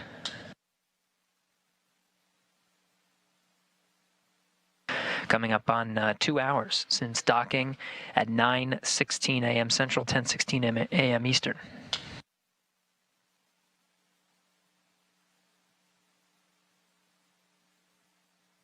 Space Station on 3. The SSC's been rebooted. Any success? Hey, Chris, we see good connection between the SSC and the camera, and we're just performing the calibration now, and we'll start recording shortly. Thanks for your help. Yeah, no problem. Happy to help. Dragon SpaceX, we have gone exterior with the cameras.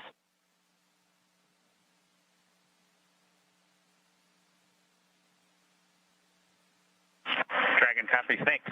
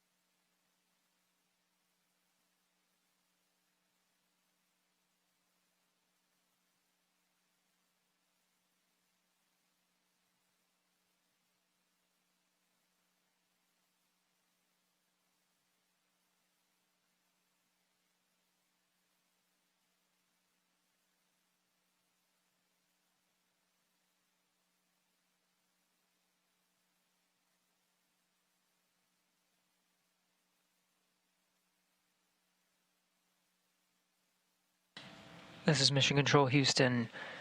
Again, you're getting a look at the inside of the International Space Station. That's NASA astronaut Chris Cassidy, commander of Expedition 63. Continuing to get some of those cameras configured for hatch opening. Many milestones already passed after docking at 9:16 a.m. Central, almost 2 hours ago at this point.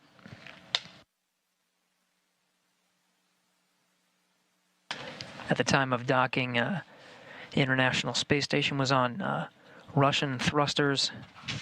After contact and capture, was moved over to control moment gyro, stabilization and attitude control, now back to its standard configuration of thrusters and control moment gyros. After an umbilical connecting Dragon to the International Space Station was established, we did get confirmation of good power flowing from the International Space Station to Dragon. Dragon now relying on station power. We did get confirmation of good data transmission. And of course, the teams here on the ground, both here in Houston and in Hawthorne, troubleshooting some of the communication to make sure that is ready to go prior to hatch opening. Pressurization between International Space Station and Dragon brought up to the same pressure, 14.7, the same we would find here on Earth. Leak checks are next to confirm the pressure is stabilized between the two vehicles. You see the hatch just on the other side of Chris Cassidy there. That's the hatch to the pressurized mating adapter. There's two more hatches once you go down that hatchway. One is to the international docking adapter, and the other is the hatch of Dragon itself.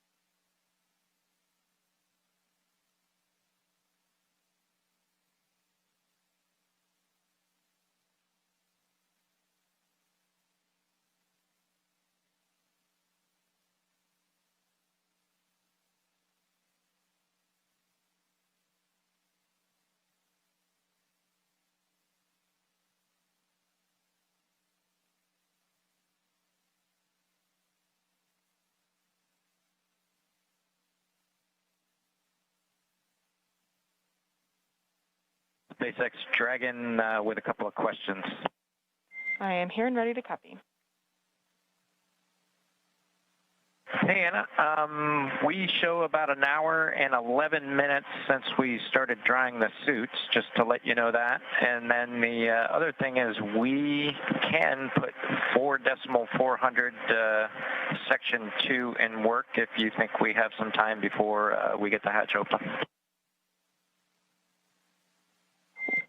We copy. You are go to stop drying your suits and turn off that suit fan at this time. Let me get you words on that waste system flush.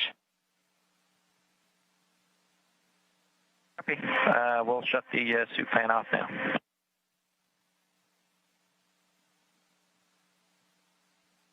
In Dragon SpaceX, we are about a half hour prior to hatch open, so you are go to do that waste system flush if that sounds good to you at this time.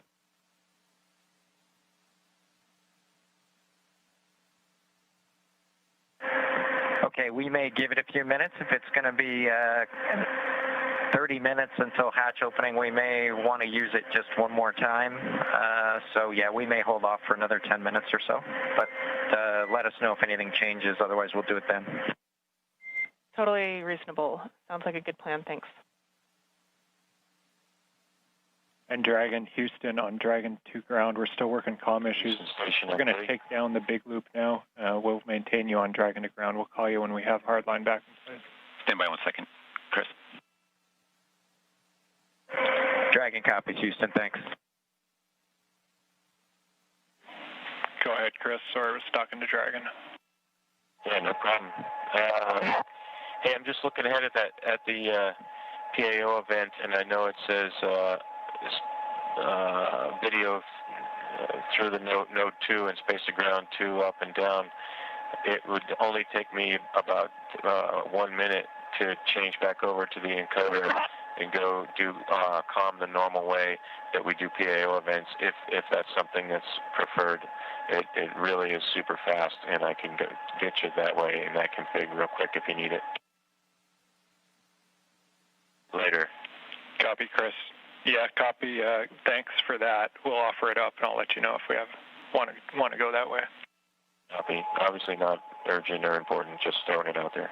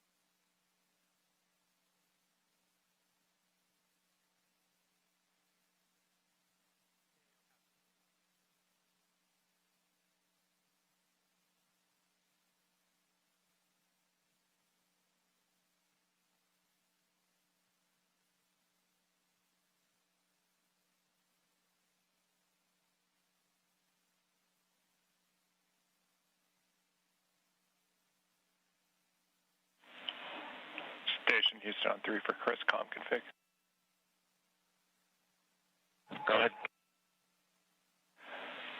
We just wanted to clarify from your last comments. We show it as being in the standard config, whereby you're going to be coming down over the camcorder HD mic, and we'll be going up over space to ground 2, and that's what we're intending. Did you maybe just? We might have missed your intent in your previous remarks. Is that what you had in mind?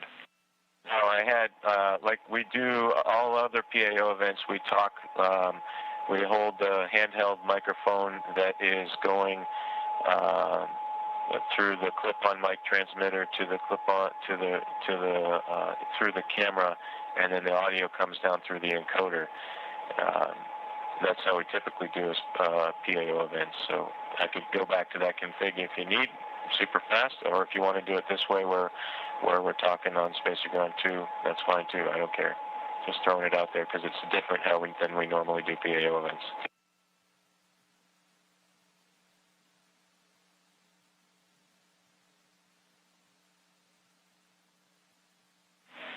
Standby. And just to be clear, the configurer now is the Node 2 camera is not connected to the encoder, as you probably know. So all I would do is just plug the cable back into the encoder and switch back over to the nominal Node 2 camcorder.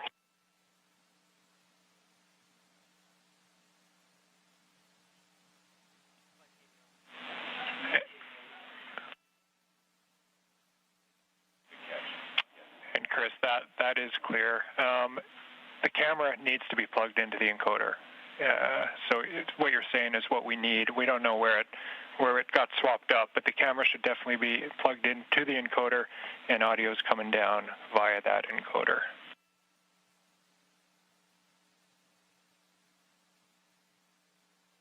Okay, so yeah, we'll just use it on the. I guess what I was thinking is going back to one without a battery and not be dependent on the battery, and going back over to the nominal cable, which includes power. I just get a little leery about relying on these batteries. Copy. We have Photo TV online, so we're talking to them on the phone right now. Stand by one.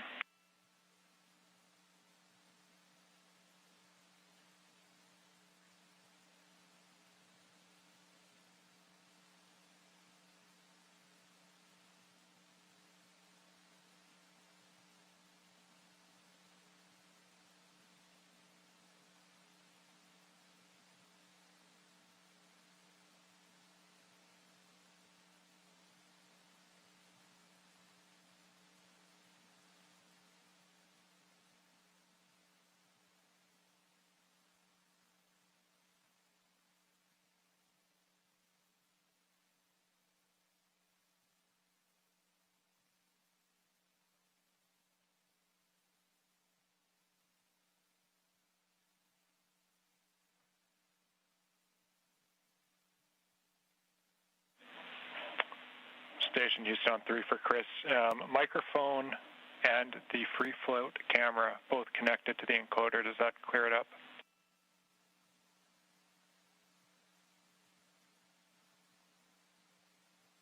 Okay, copy all. You want the free float camera, and we'll use the handheld microphone through the ATU. Copy all. No problem. I think I'm not communicating. No pun intended. But I think we're in a good config now, and I won't swap over to the nominal Node 2 camera.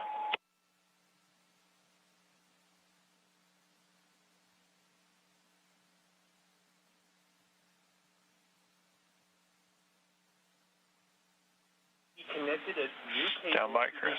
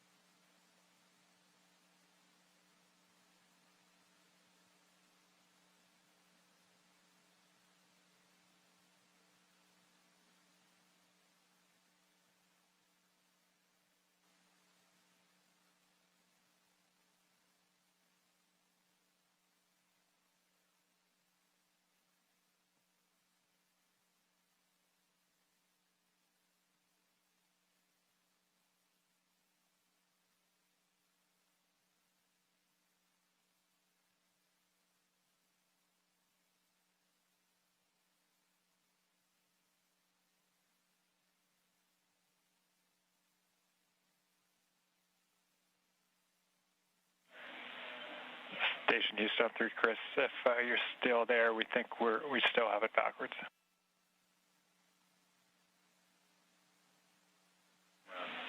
So I see you look. Yeah, I see in the video now. So we still have PAO on the line. Sorry for the confusion, but I think this much is clear. This morning, we moved cameras, we swapped the cameras that were connected to the encoder. What we want now, we're getting video from the free float camera through the encoder, so that's good. We're seeing it right now.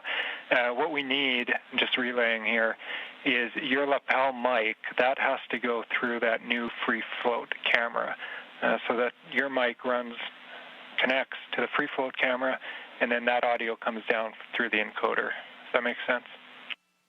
That's the config it's in right now, and that's all perfect. The only benefit, I guess, I didn't initially make it clear is if I switch back to the normal cable and the normal camera, we're not dependent on a battery power on the camera. I just am worried that throughout this whole event, that all of a sudden the battery's going to go out. If I go back to the normal... SpaceX Dragon on Dragon to ground. Now report complete with 4.012. Benefit to this free flow camera is complete with 4.012. Make it all the way into the Dragon, which I don't think we could do with the other cable. So my thought was, after we do all of the ingress stuff and we switch gears to the PAO ceremony when we're standing right in front of the hatch, we could have actual power to the camera. But it's really no big deal. What I'll do is I have got a couple batteries on standby, and I'll just make sure there's a fresh battery right before we start that PAO event. Okay, Chris, sorry it took so long, but I'm 100% with you, and copy 100% on the battery concern. The word we're getting here is we would like to run it in the config that it's in right now. We copy all on the battery config. Great idea to have a few spares nearby, but we think it's going to last throughout the whole event. Okay, copy all.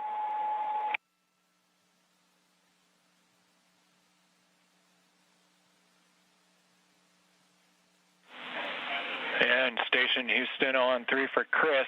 With that out of the way, you have a go when able for your 1615 activity. 1615, that's your go for steps 3 and 4 in 2.102 Crew Dragon ISS arrival. Okay, 1615 activity, in work.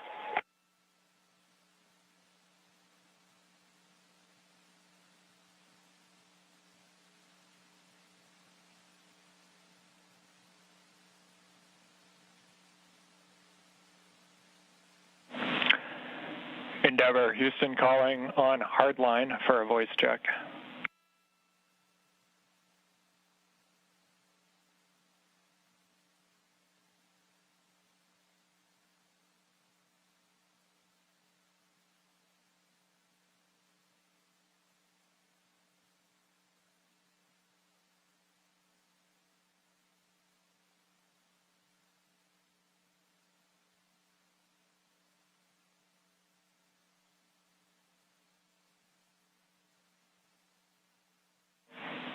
Endeavor, Houston calling via hardline for a voice check.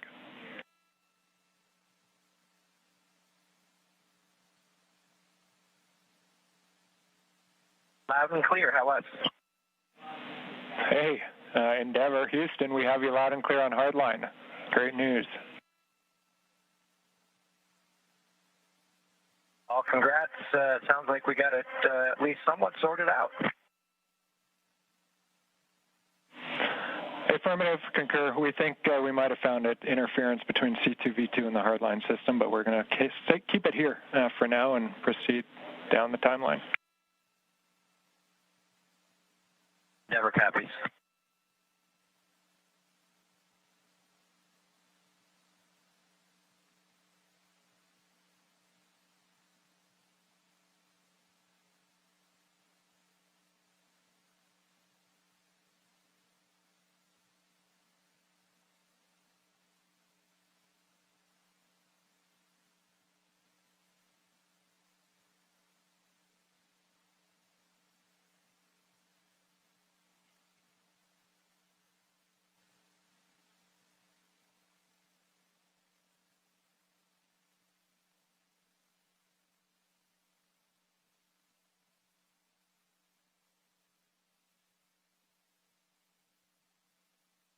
Houston on 3, hey, can you back me up on the PVT?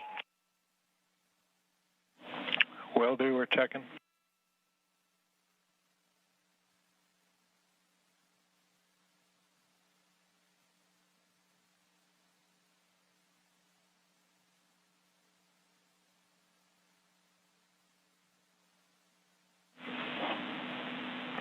Station Houston on 2. Chris, TPT is good. You're good to continue. Copy, thank you.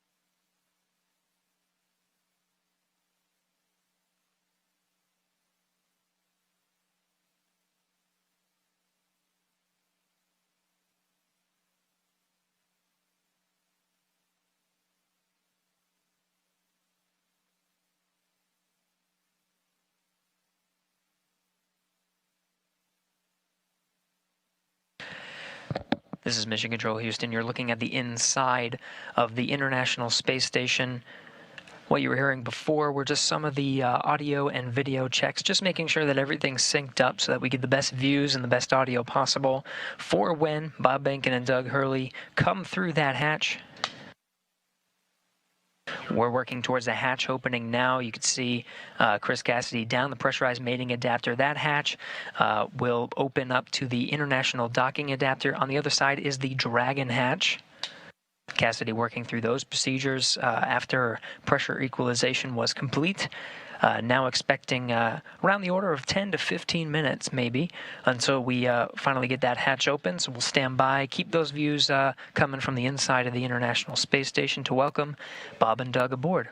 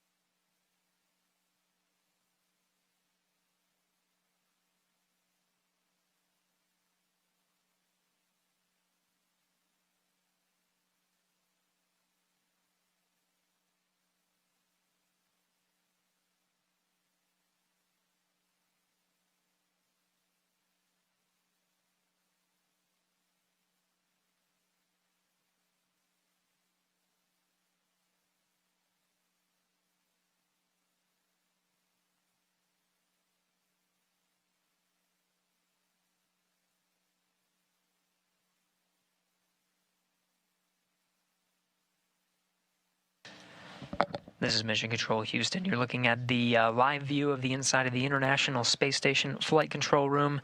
The team here, Orbit 2 team, led by Flight Director Scoville, is working through the intricate process of making sure everything is ready to open the hatch and welcome Bob Behnken and Doug Hurley aboard the International Space Station.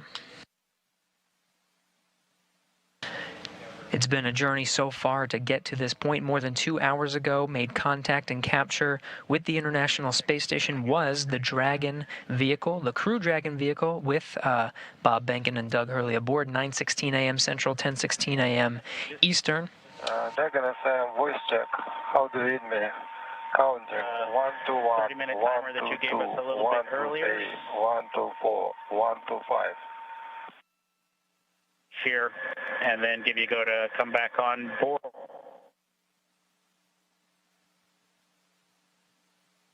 In Dragon SpaceX, you were pretty broken in that previous call. Here's some stations with ground 2. I don't hear Dragon. I think you're being summoned by the Russian crew.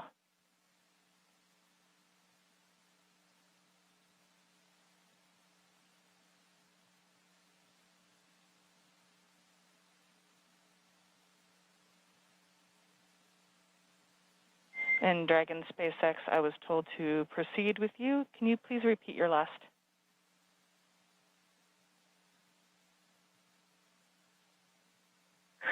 Yeah, Anna, just wanted to double check with you to make sure you had copied our last and that we were still good on that estimated timer that you gave us for 30 minutes. It looks like we've got about 10 minutes left. So we'd like to pick up in section 2 of 4.400. Checking.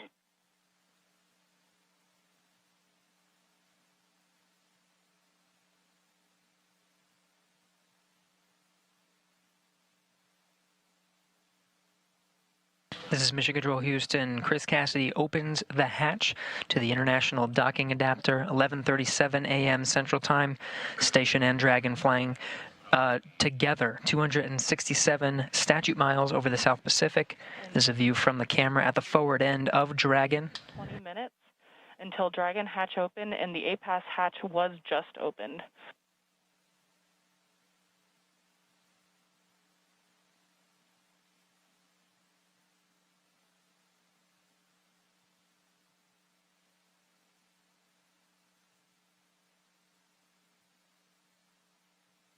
Again, 11:37 a.m. Central.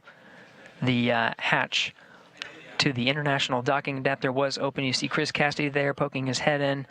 That's the camera at the forward end of the Dragon. Now only one hatch separating Bob Behnken, Doug Hurley from Chris Cassidy, who you're seeing here from those Dragon views. Expected time to open that hatch is about 20 minutes from now.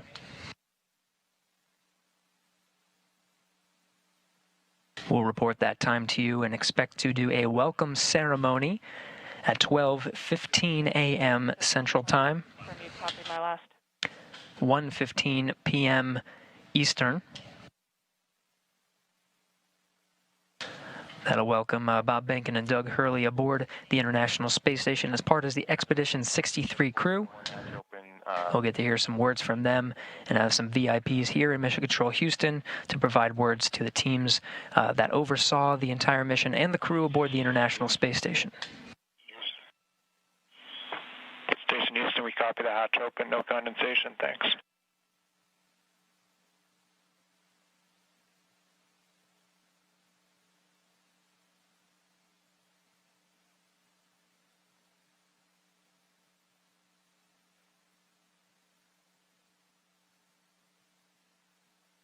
Dragon SpaceX on Dragon to ground, comm check.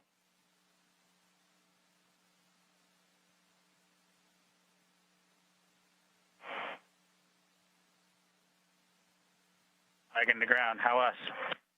A little choppy, how me?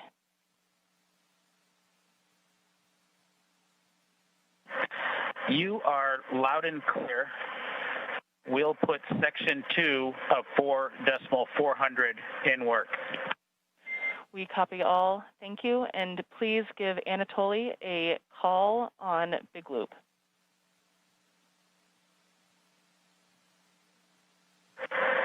Okay, we'll call Anatoly on the Big Loop, and I'd also like to report 2 bottles of water consumed from location 9, bag 204.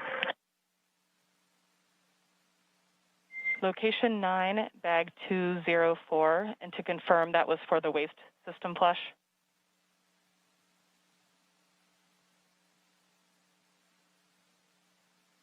1 for the waste system.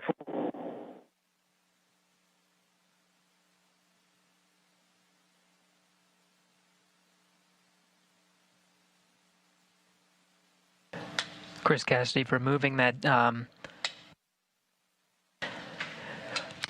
target from the A-pass hatch docking interface. Dragon, comm check on the big loop for Anatoly from Endeavour.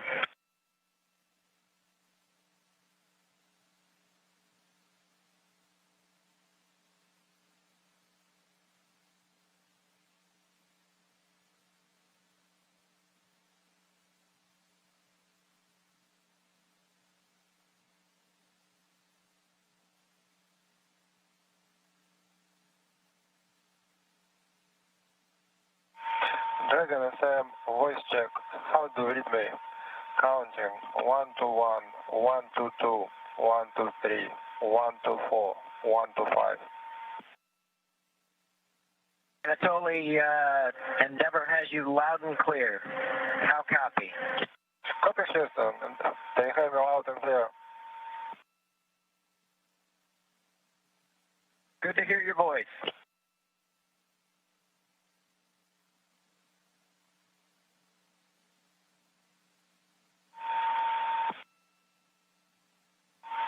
Dragon FM, how do you read me? Loud and clear. Okay. See you soon. Turning over to Houston.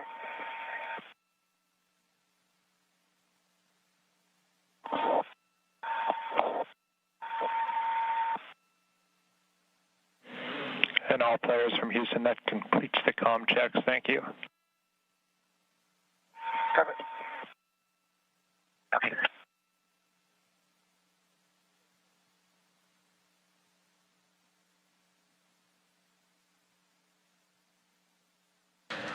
This is Mission Control Houston. Those comm checks within the International Space Station between the Dragon crew, Chris Cassidy, and on the other side of the International Space Station, the Russian segment, Russian cosmonaut Anatoly Ivanishin completing those voice checks. You can see Cassidy continuing to outfit the hatch, just clearing the space and providing some padding and removing that docking target from the A-pass hatch. Dragon, go ahead and Dragon to ground. So I copy that the waste system flush is in work, and 2 more bags were consumed from location 9, bag 204, and that includes the water used for the waste system flush. Is that all correct?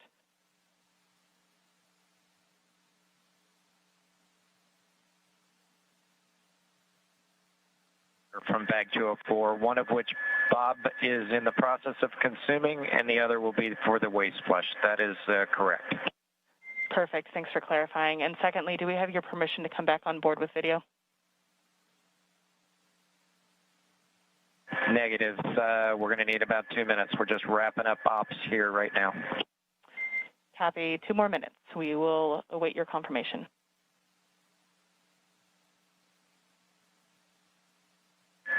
Thank you.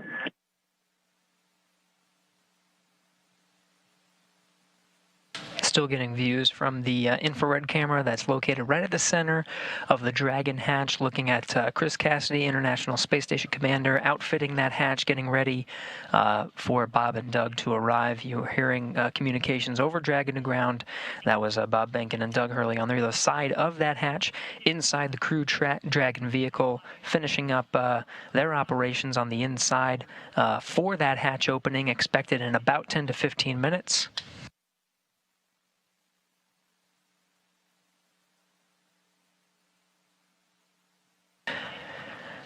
Again, it's been a process to get to this point.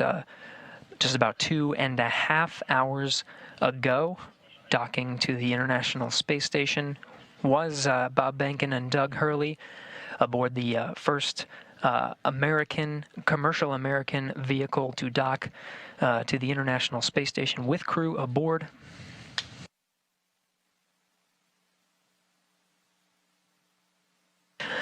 Again, we're expecting about 10 to 15 minutes to open up that hatch One more hatch separating Bob Behnken and Doug Hurley from the inside of the International Space Station. Still looking at Cassidy doing some of the prep work for that hatch. We'll get some great views that Cassidy set up over the past few hours to capture this historic moment today. Be sure to stay tuned in at 12:15 p.m. Central Time, 1:15 p.m. Eastern. We'll start a welcome ceremony officially welcoming Bob Behnken and Doug Hurley aboard the International Space Station to join the Expedition 63 crew.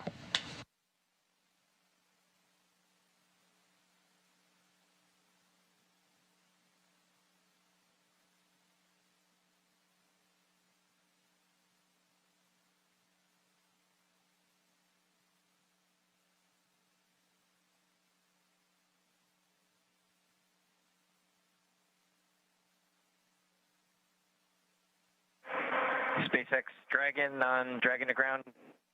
Go ahead.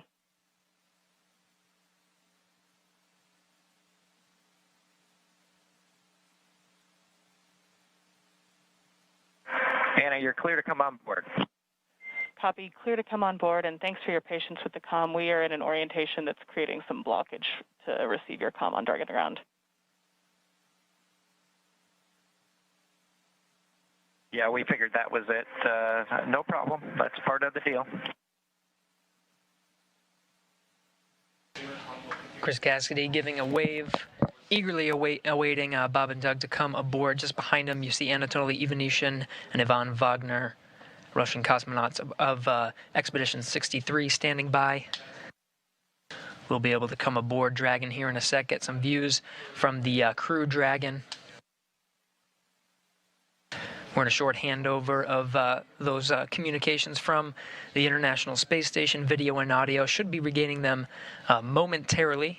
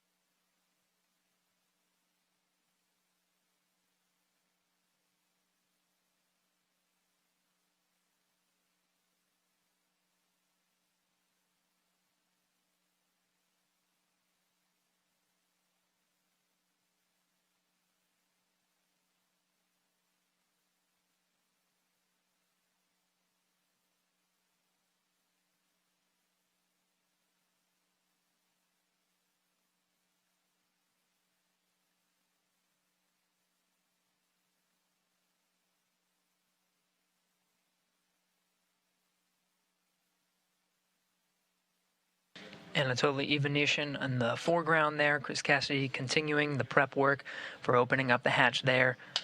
Again, the pressurized mating adapter hatch you see there in the foreground is open. The APAS hatch to the International Docking Adapter is open. Just one more, and that's the hatch of Dragon, the Crew Dragon vehicle.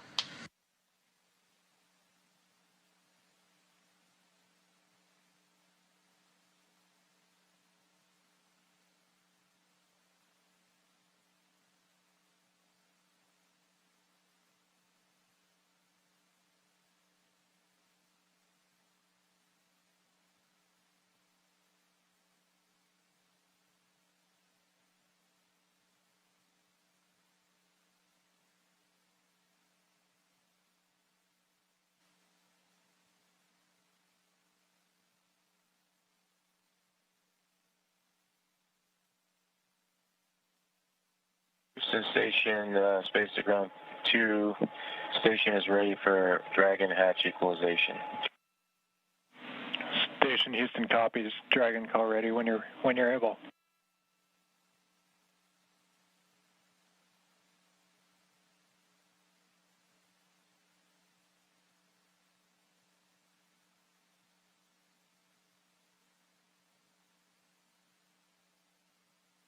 Houston, Dragon, go ahead. And Dragon, Houston, just looking to confirm that you're ready for hatch equalization.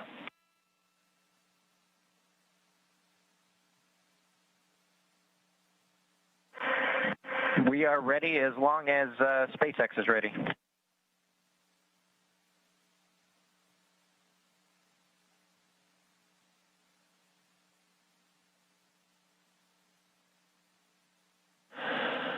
Okay, Station and Endeavour, stand by for equalization. We're putting it in work. Expected equalization time, 4 minutes.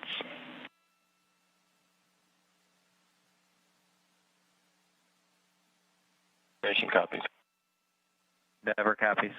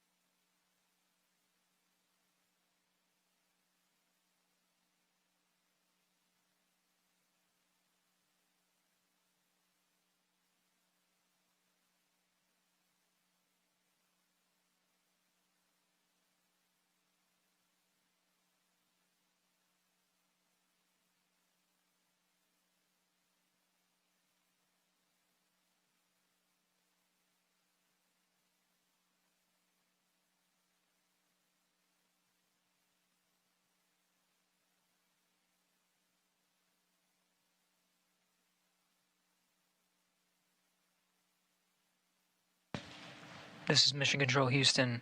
We're continuing to equalize the pressure of that last hatch. Behind that hatch is Bob Behnken and Doug Hurley aboard the Crew Dragon spacecraft. We are moments away from opening the hatch and welcoming them aboard the International Space Station.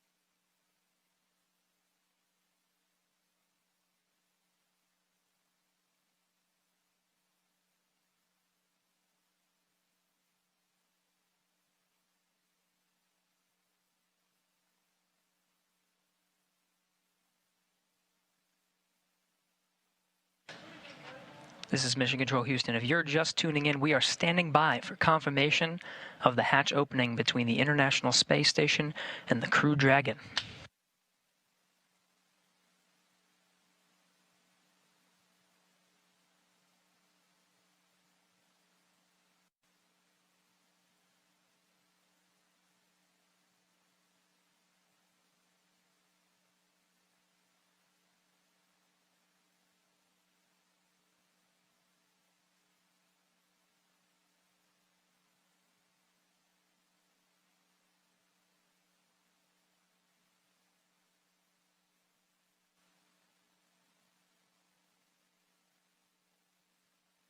There's the hatch to the Crew Dragon.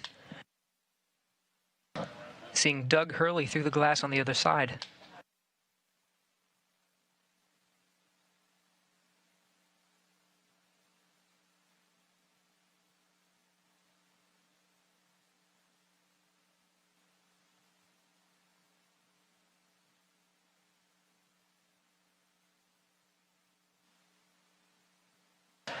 And there's Bob Benkin.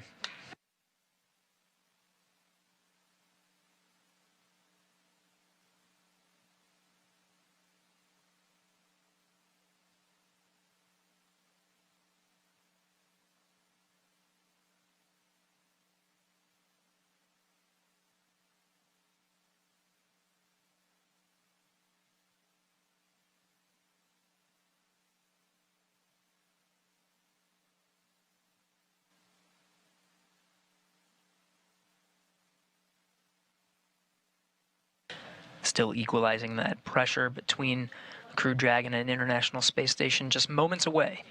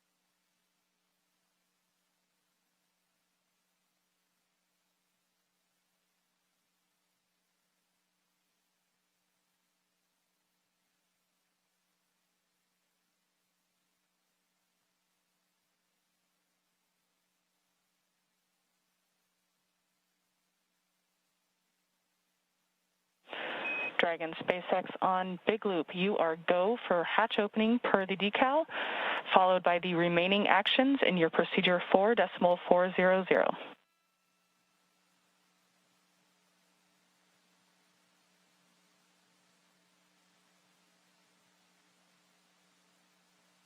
Dragon copies, go for hatch opening and remaining steps in 4.400.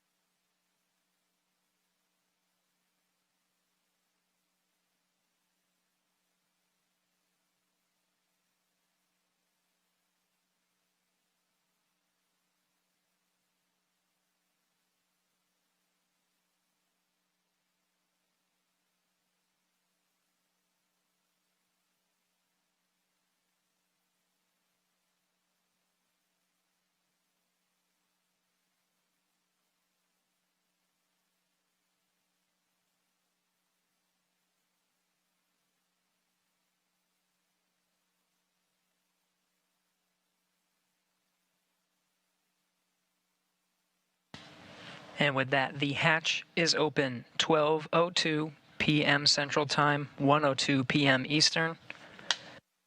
Bob Behnken and Doug Hurley opened the hatch to the International Space Station after launching from American soil on a U.S. vehicle for the first time in 9 years, the first time ever for a commercially built spacecraft.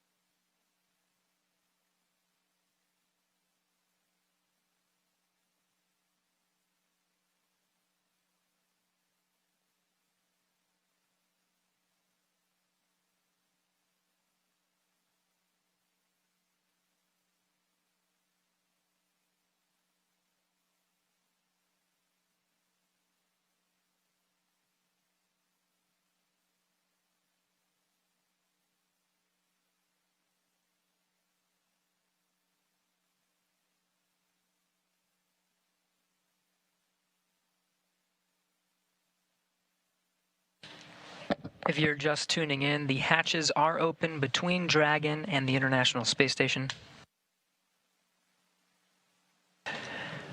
International Space Station Commander Chris Cassidy now talking with Doug Hurley and Bob Behnken aboard the Crew Dragon spacecraft.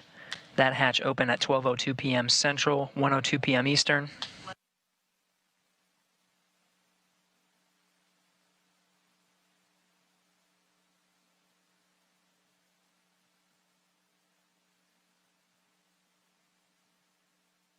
SpaceX Dragon on the big loop. The hatch is open in 5.5, 4.400. How copy? I copy. Hatch is open. Great to hear. Thanks.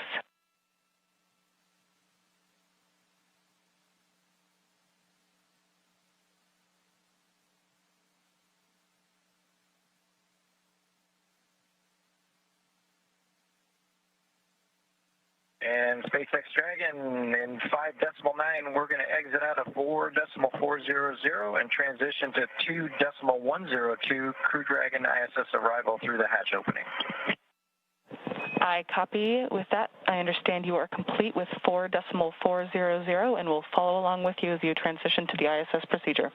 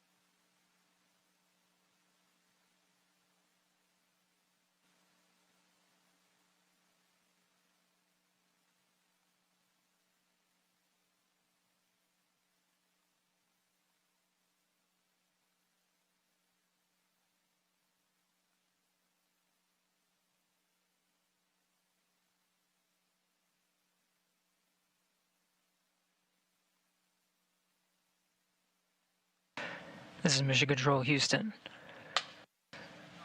The crew of Demo 2 just performing a few closeout duties. The hatches are open. They were open 12:02 p.m. Central Time. We're moments away from the Dragon crew aboard Demo 2 to enter the International Space Station.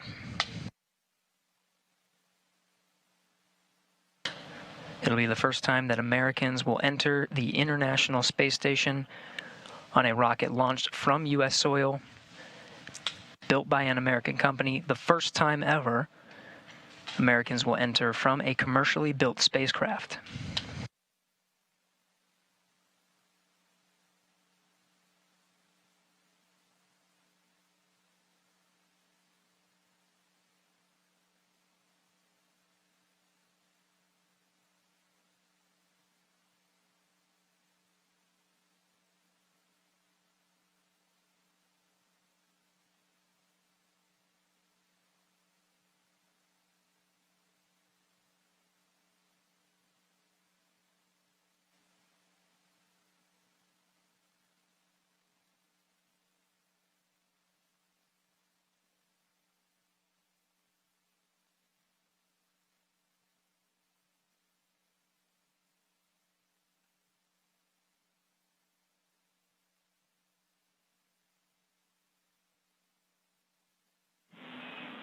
Station Houston on Space Ground 2 for Chris.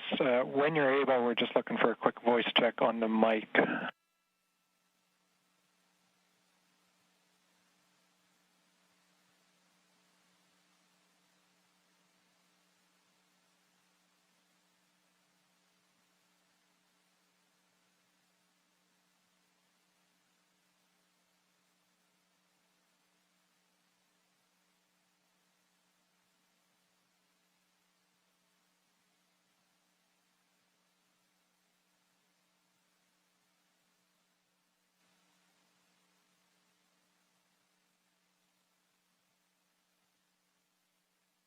Station Space Ground 2, go ahead.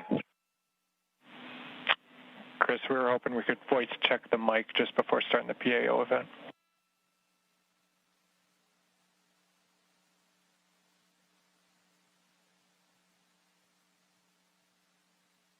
Okay, copy that.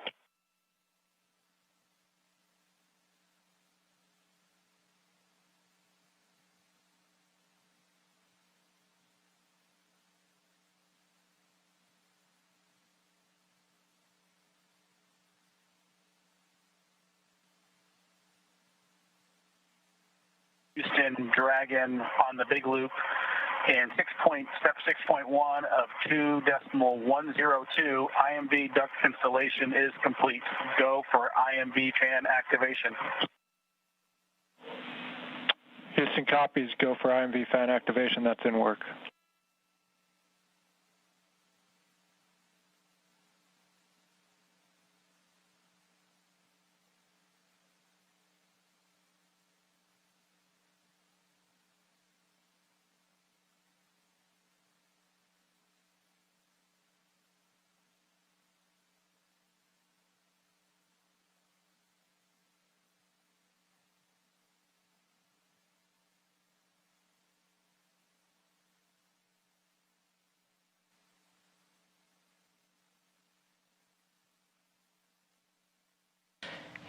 If you're just tuning in, you're getting a live look.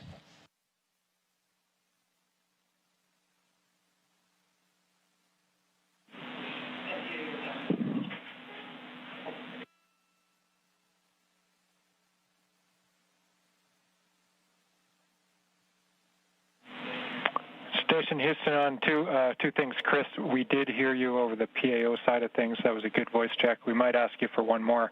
And then for the Dragon crew, you also have a go for 6.3. That's opening the location 23 and checking for debris. Dragon copies 6.3 in work.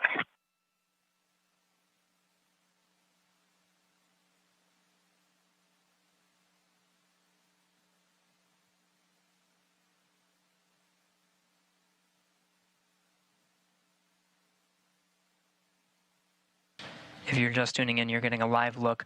On the left of your screen is a look inside the Crew Dragon on the Demo 2 mission. On the right, the International Space Station. Houston, Bob Benkin. Dragon on the big loop. We are ready for 6.4 and section 4 of the LIO instructions.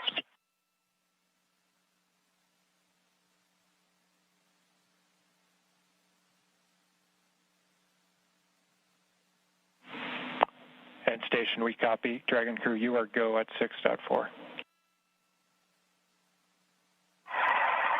In work.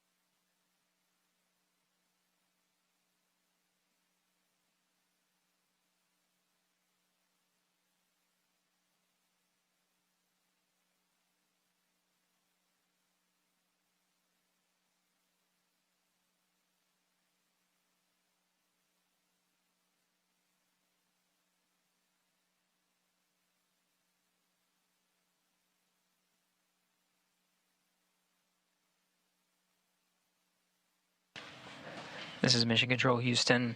You're getting a live look at the inside of the International Space Station, losing video communication from the International Space Station. It will only be momentary. We'll have those views back to see Bob Behnken and Doug Hurley enter the International Space Station. When they do, it'll be the first time that humans will enter through this hatch for the first time in 9 years.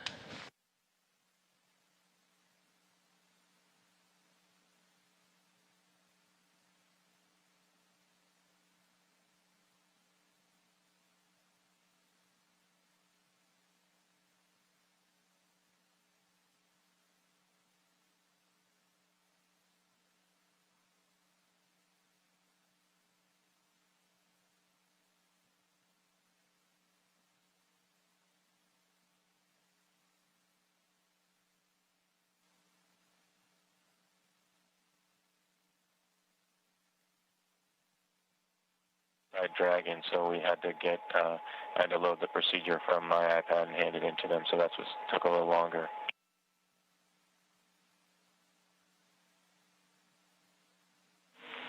We copy, Chris.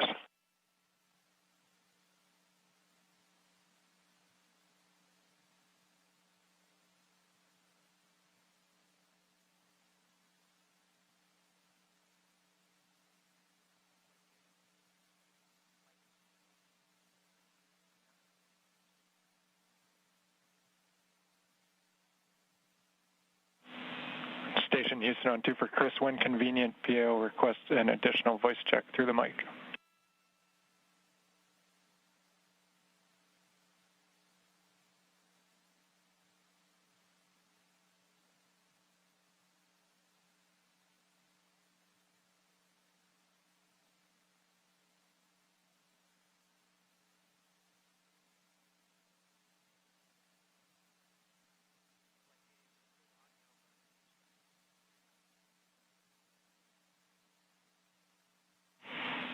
And Chris, we're not hearing you in MCC. We are apparently getting it through to PAO. Just stand by.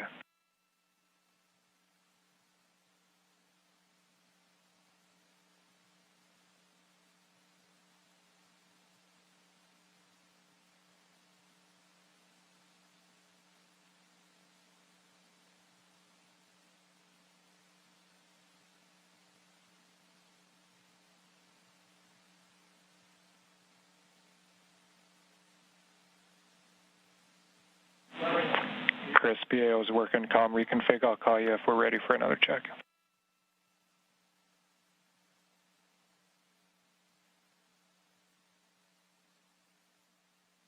Houston and SpaceX Endeavour in 6.5 LIO cartridges sealed and installed. SpaceX copies.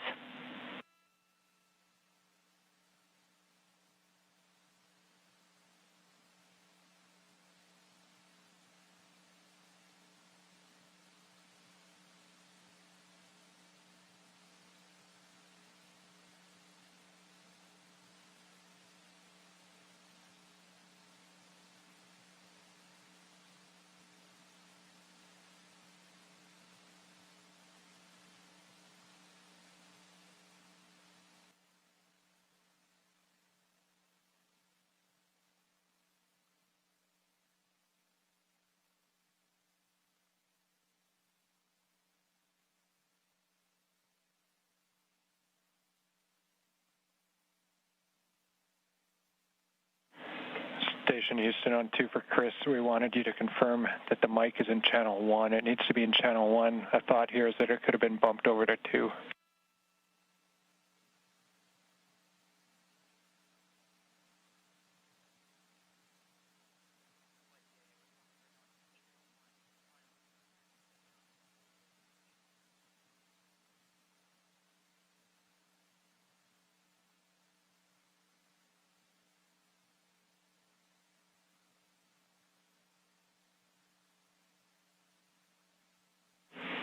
And Chris, we see you trying. We're still not hearing you in MCC. We're working on it.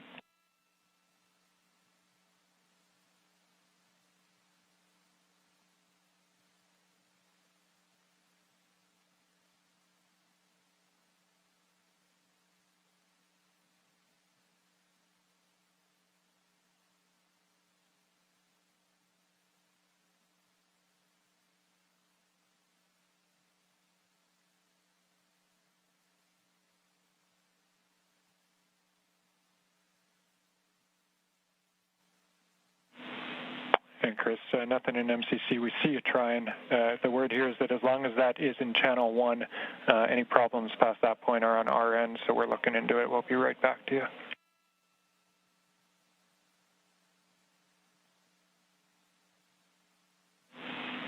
Station Houston, we're ready for another voice check through the mic.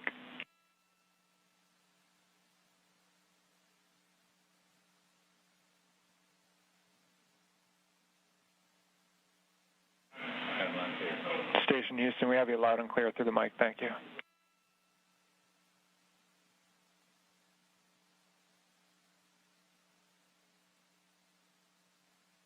SpaceX Dragon on the big loop in 7.1. SpaceX here.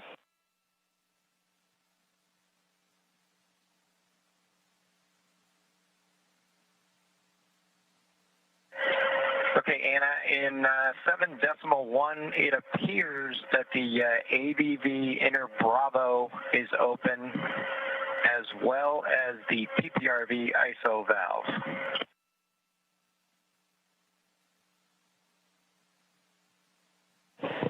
I copy that AVV inner Bravo appears to be open, as well as PPRV ISO valve.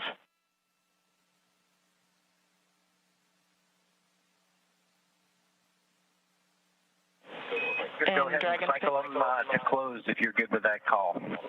Yes, we are good with that call and appreciate the status. Thank you.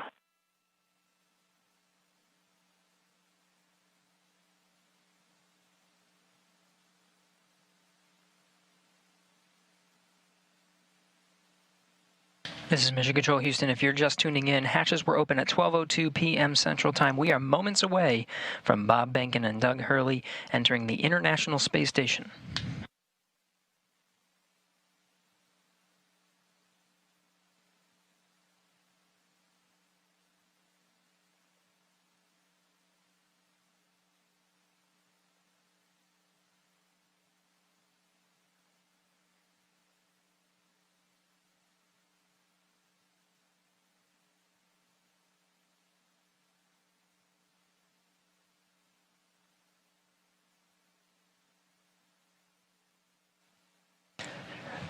Again, this is Mission Control Houston, moments away from Bob and Doug entering the International Space Station.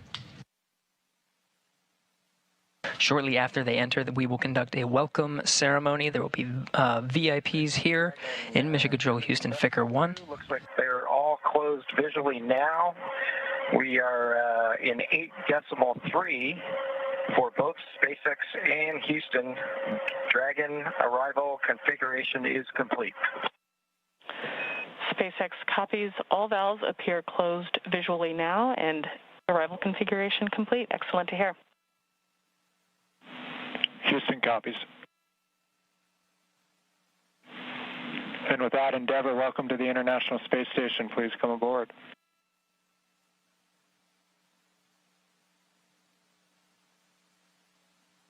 Endeavour copies with pleasure. We'll be there in a second.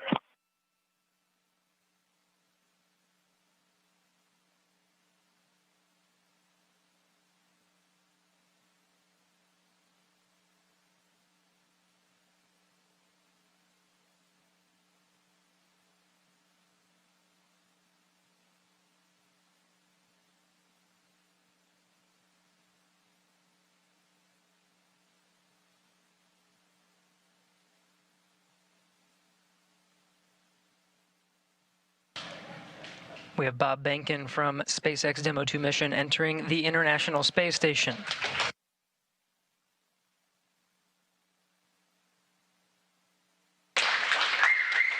Followed by Doug Hurley.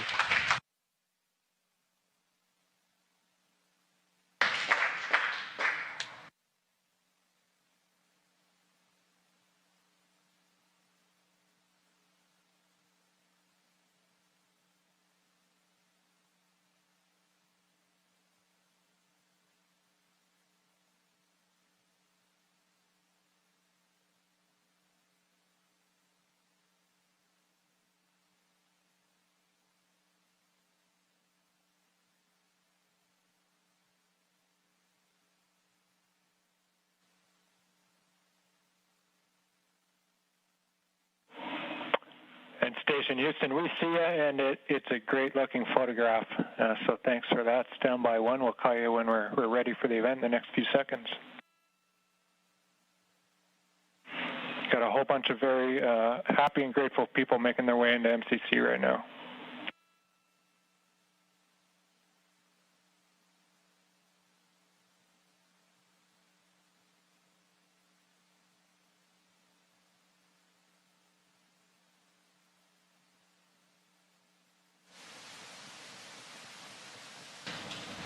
Demo 2 crew now aboard the International Space Station. They entered at 12:22 p.m. Central Time.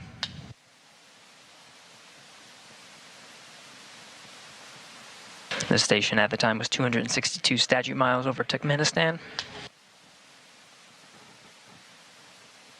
Crew all gathered in front of the cameras at the Node 2 forward end of the International Space Station. Just behind them is the hatchway to the Crew Dragon on this Demo 2 mission.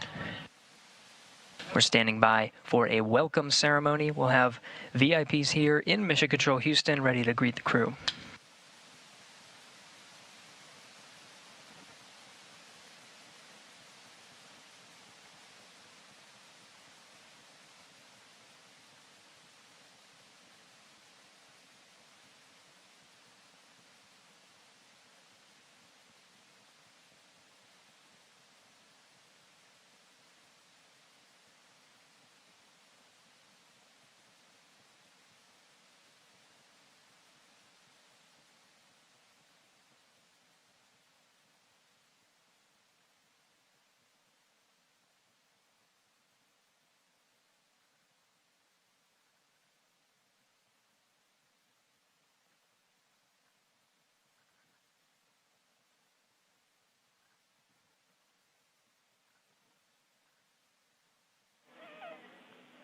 And station, we're just about ready. Stand by.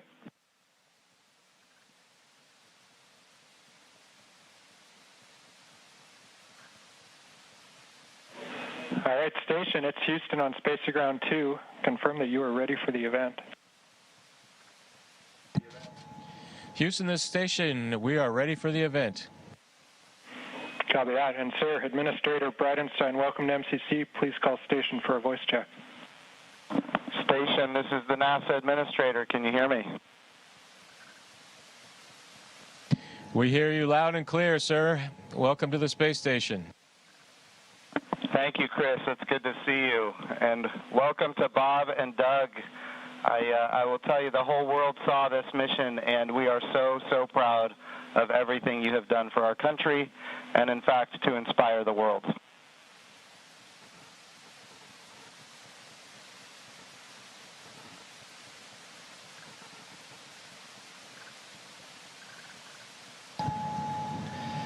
We sure appreciate that, sir. It's obviously been our honor to be just a small part of this. We have to give credit to SpaceX, the Commercial Crew Program, and, of course, NASA.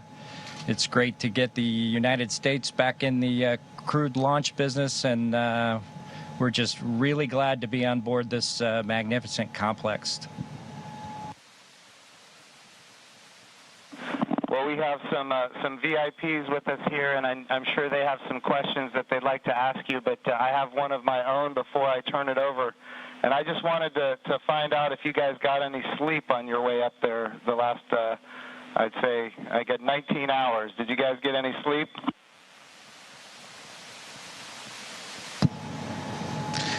Yeah, I think a lot of folks in Hawthorne were asking the same question, sir, but we did get probably a good 7 hours or so opportunity for sleep, and I did succeed at sleep, and Doug did as well. So the first night is always a little bit of a challenge, but the Dragon was a slick vehicle, and we had good airflow, and so we had a excellent evening, and just excited to be back in low Earth orbit again.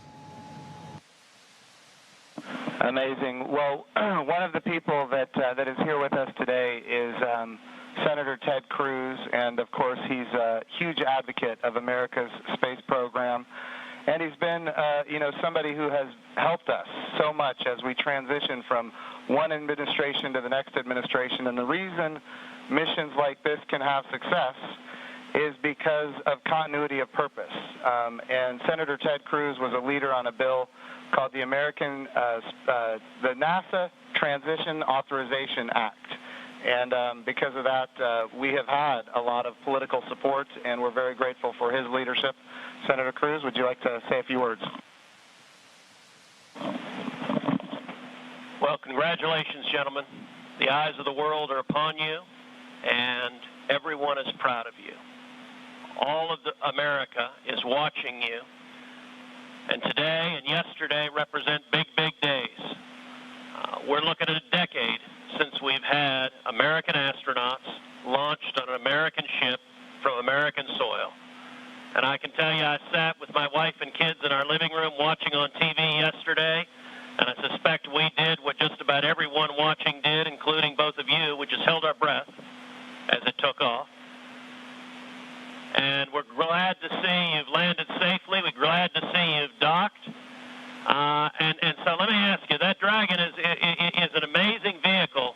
How does she handle?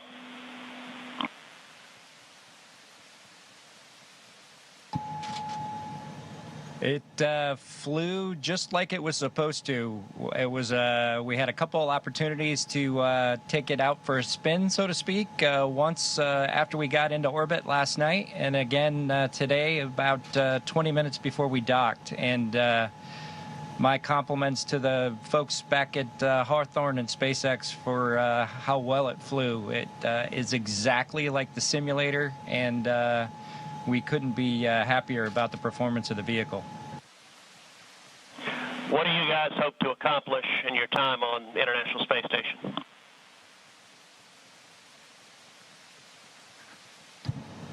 Well, while we're on board the space station, of course, with the new spacecraft, we do hope to put her through her paces, and so the good ship Endeavour is going to get a lot of checkout over the next week or two here, and hopefully we'll be able to declare her operational, and Doug and I will be able to take some burden off of Chris and his crewmates, Ivan and Anatoly, so that we can keep the space station operating at its peak possibilities. So we're looking forward to contributing any way that we can, and like I said, trying to keep space station as productive as possible. As a country, we're in the midst of a tough week. We're seeing protests, we're seeing a lot of anger, we're seeing violence. And I have to say, this launch and y'all's docking is a powerful inspiration of what we can do when we come together, of the power of unity, the power of ingenuity. And so I guess the last question I would ask you is since you have the opportunity to address, in particular, all the young people in America, what would you tell them in terms of what we can do when we can come together?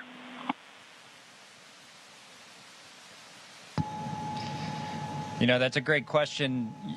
9 years ago, just about exactly 9 years ago, we docked with Atlantis on STS-135, the last flight of the Space Shuttle program, a 30-year program. And folks at SpaceX, folks at NASA, the Commercial Crew Program put their heads together and worked diligently year after year, making sacrifices, working hard. And then 9 years later, American launch capability was restored, and this is just one effort that we can show for the ages in this dark time that we've had over the past several months to kind of inspire especially the young people in the United States to reach for these lofty goals and work hard and look what you can accomplish. Thank you, gentlemen. God bless you. Thank you, Senator Cruz. We have another very special guest here that represents the Johnson Space Center. And, of course, it's my good friend from the House of Representatives, Dr. Brian Babin. And I want to be clear, he also was a big part of the NASA Transition Authorization Act, which gave us the continuity of purpose to make this happen today. So, gentlemen, here is Dr. Brian Babin from the state of Texas. Thank you. great to be with you guys. I was at the launch yesterday. I just want to say a huge congratulations. And, there was a thunderstorm that blew in about 30 minutes or 45 minutes or so before liftoff. And it was in doubt there for a minute, but it was just an enormous achievement. I just want to say thank you for you guys. Really appreciate what you're doing for America. And the crew that's already been up there, Chris, and your two fellow Russians, to give you a great big thank you as well. I have a son who was a Navy SEAL, and I want to thank you for your service there too, Chris.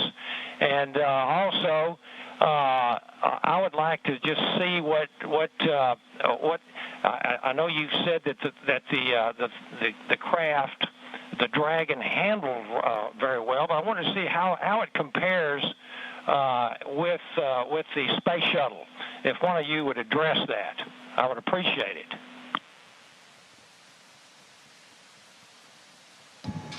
Well, thank you, sir. It certainly has been a long endeavor for us and our namesake spacecraft. We're proud to have her on board the International Space Station after all that the teams around the country and across America have done to get us here today. As far as a comparison with the space shuttle, both Doug and I took a few minutes while we were accomplishing the approach and docking to, in our spare time, talk a little bit about it. We were surprised a little bit at how smooth things were off the pad. The space shuttle is a pretty rough ride heading into orbit with the solid rocket boosters. And our expectation was, as we continued with the flight into second stage, that things would basically get a lot smoother than the space shuttle did. But Dragon was huffing and puffing all the way into orbit, and we were definitely driving or riding a Dragon all the way up. And so it was not quite the same ride, the smooth ride, as the space shuttle was up to MECO. A little bit less G's, but a little bit more alive is probably the best way I would describe it. Anything else, Doug? No? Sounds good. Bob, what is MECO?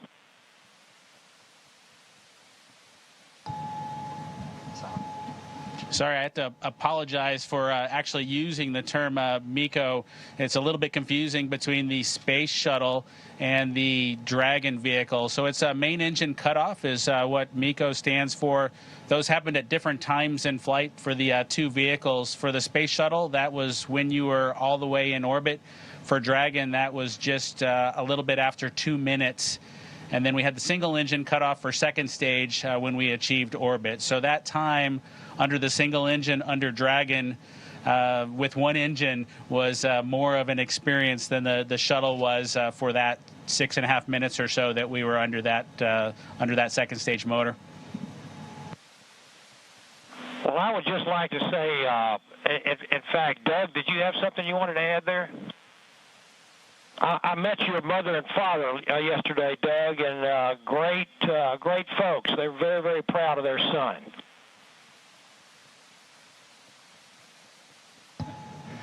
Yeah, that's pretty cool.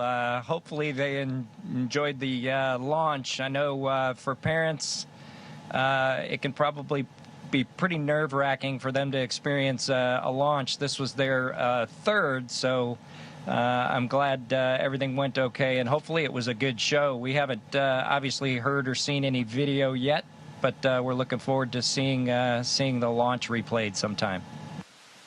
I can assure you that it was a great show.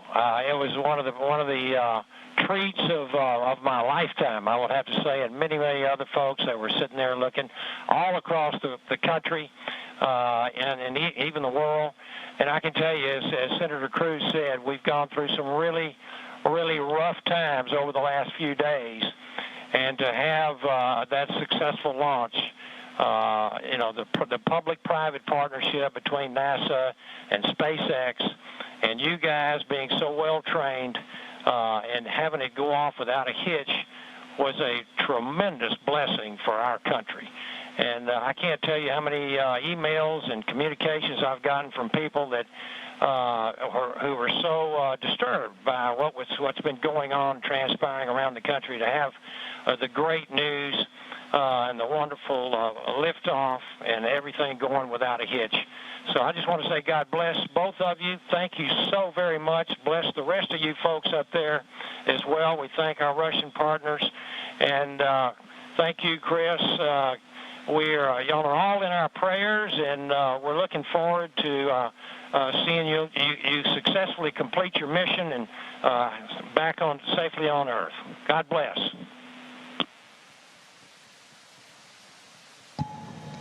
Thank you very much. Yeah, and just so you guys are aware, the show was in fact spectacular. The ratings on NASA TV beat everyone else. Not just some of them, it beat all of them, and that includes, yeah, just so everybody is aware, the whole world saw this. It trended #1 on Twitter. It was the #1 thing talked about on social media in general. This was an amazing moment, and it represents a transition in how we do space flight from the United States of America. NASA is not going to purchase, own, and operate rockets and capsules the way we used to. We're going to partner with commercial industry for access to low Earth orbit, and those partnerships are going to enable our providers to get customers that are not NASA and drive down our costs. And we're going to have numerous providers that are competing on cost and innovation and safety. And we're going to have more access to low Earth orbit than ever before. And this business model, now that it's been proven on commercial resupply of the International Space Station, now commercial crew to the International Space Station, this model is going to apply, and I know Senator Cruz has this near and dear to him, when we go to the moon. And of course, when we go to the moon, it's going to be done because of the great people here at the Johnson Space Center and so many other centers across the United States of America. But when we go to the moon, we're going to land on the surface of the moon with commercial landers. And of course, we're very proud of the Commercial Lunar Payload Services Program being managed right here out of the Johnson Space Center as well, so that we can take small payloads to the surface of the moon. And all of this is leading up to an amazing day where we have humans living and working for long periods of time on the surface of the moon, but doing it with a purpose. And that purpose, of course, is to go to Mars. Humanity is going to explore more and be able to go further than ever before because of the public-private partnerships. We all know that if the government is creating the demand and the government is creating the supply, we will always be limited. But when we have partners that are interested in exploring commercially and doing the things that are necessary, to get capital investment, then we're all going to end up better. So I want to just say the whole world saw this. This is a new era in human space flight, and we are so grateful for the service of not just our 2 astronauts that embarked on this mission, but the 100,000 plus people that participate in it, in this mission, everything from the suppliers to the main contractors, to the NASA team, the SpaceX team. What an amazing day for our country and, in fact, for the world. I'm going to turn it over for a second to my deputy, Jim Morhard, who's been a great deputy at NASA.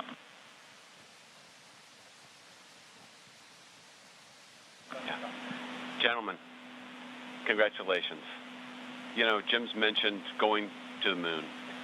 And yesterday and today, you've inspired the Artemis generation, which is our next generation. And that's what this is about. It's really bringing the children that we've got and our grandchildren forward so they'll be the ones that are going into deep space. This is the dawn of a new era, and we just thank you for being at the beginning of it. Thank you so much. It was absolutely our pleasure, but it's just a huge team effort across the board from SpaceX to NASA that made this all happen. We were just the lucky guys that got to fly the rocket yesterday. I have a question for Chris Cassidy. Our crew here decided to be about 3 days late You got to work them overtime, I presume, now to get them caught up on all the activities that they missed out on. Any plans for them?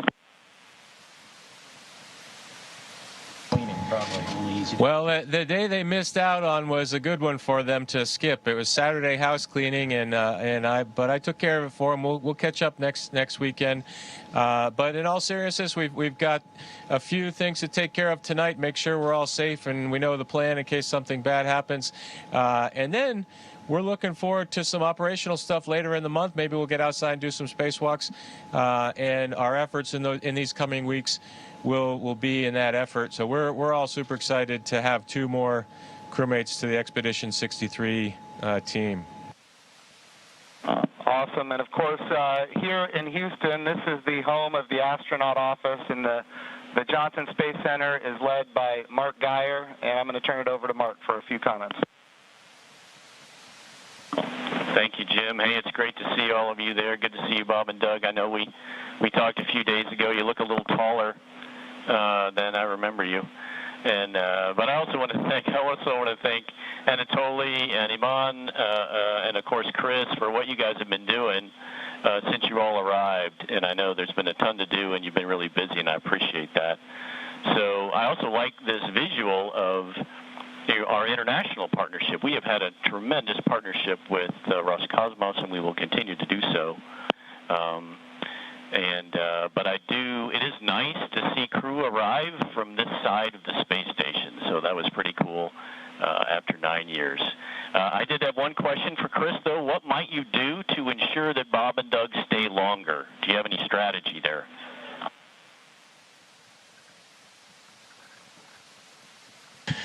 Well, we'll slow down the rate of which I'm eating food, and maybe we can stretch out our consumables a little bit. But that's a great question. We'll have to come up with some conniving scheme here in the next few days.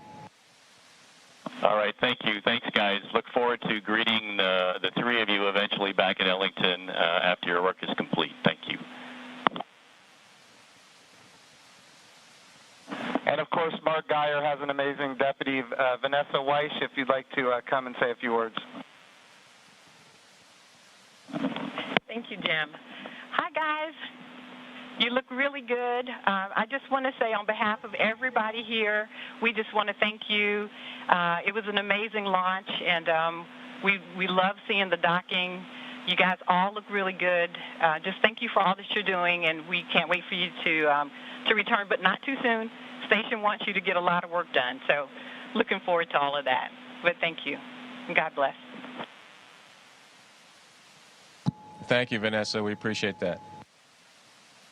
All right, we also have with us Steve Jerzik, who is the Associate Administrator for the agency. For people who don't know what that is, that, of course, is the Chief Operating Officer of the agency. But he also ran the flight readiness review for this mission. He did really an amazing job, and I can't say enough about his leadership at the agency. Steve, if you'd like to say a few words, ask a few questions. Hey guys, it is just great to see you all on the station. I can't tell you how my adrenaline shut down when you guys opened the hatch. I mean, I've just been on edge ever since yesterday, and the weather cleared. I can't tell you how great it's been to see you on station. It has been a team effort. I felt like the last 2 years I've kind of been part of the team, working through issues, and it's been a heck of a year and a half with Demo 1. And the in-flight abort test, and working through issues like parachutes and the escape system, and I just could not be more proud of the team for getting to this point. It's amazing, and you obviously have been part of that. I really appreciate you all showing up in Washington, D.C. at our reviews, and because the last thing we do at those reviews is look at you all, because you guys are the risk takers, and make sure you're okay with where we are and where we're headed. So I really appreciate that. I really appreciate your active participation in that. And I could not be more, like I said, more proud of the team, and congratulations. And it is awesome to see you guys on station.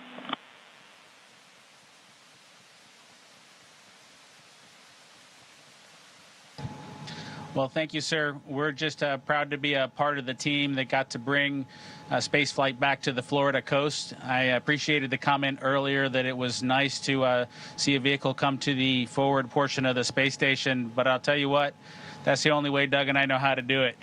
So thanks to the team for providing it to happen our way. We appreciate that. Well, Bob and Doug, just so you're aware, I'm being given the wrap signal. Doug, did you have something to say before we wrap it up here? Oh, no, sir. We're just happy to be here, and Chris is going to put us to work, and hopefully we will fit in and not mess too many things up. I have no doubt that you guys are going to do amazing work. I just want you to know the president came to the launch and the vice president came to the launch. About half the cabinet was at the launch. We had members of Congress and members of the Senate from both sides of the aisle. And this was an amazing moment of unity for the nation. It was an amazing moment for the whole world to look up.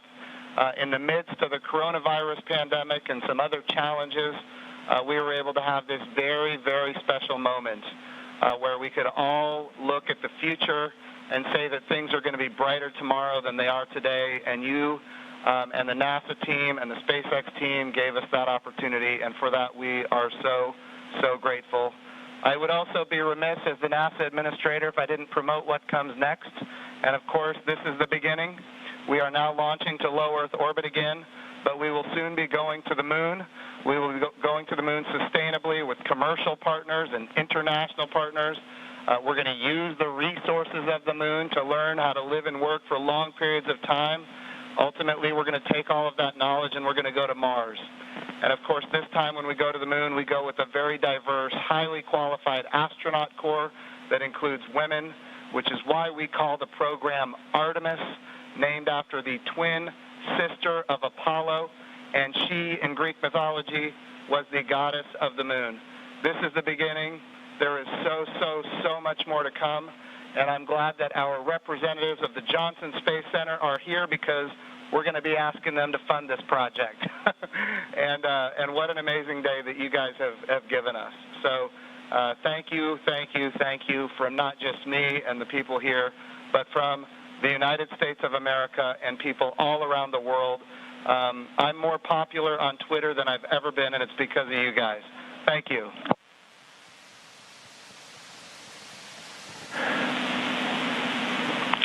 To the crew on the International Thank you to all Space of you. Station. Thank you very much. Hey, Chris, we ask that you just hold your position for a few minutes. There's, of course, a number of photos we'd like to take. And then a quick note for those down here in the room. To Senator Cruz, Congressman Bobbin, Administrator Bridenstine, Director Geyer, and all of our distinguished visitors, thank you for your participation in today's historic event, and thank you for the leadership that has enabled it.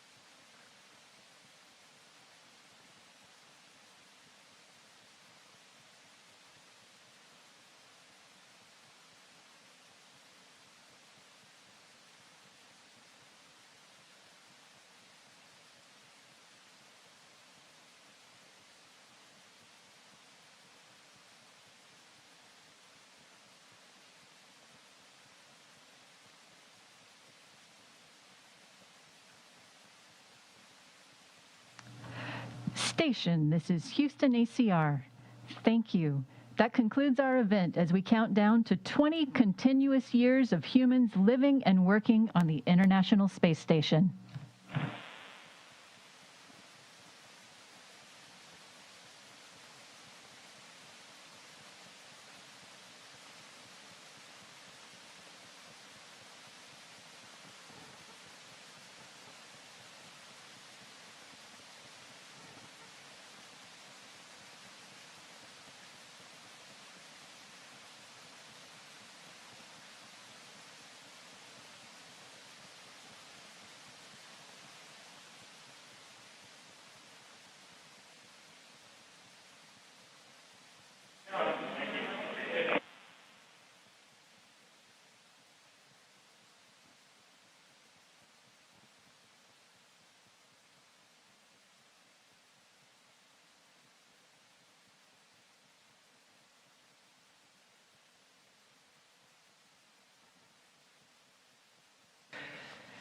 That concludes our coverage of the SpaceX Demo 2 mission in conjunction with NASA. On behalf of all the teams that participated in this mission, from Hawthorne to Houston to Mission Control to the Kennedy Space Center, this is Mission Control Houston.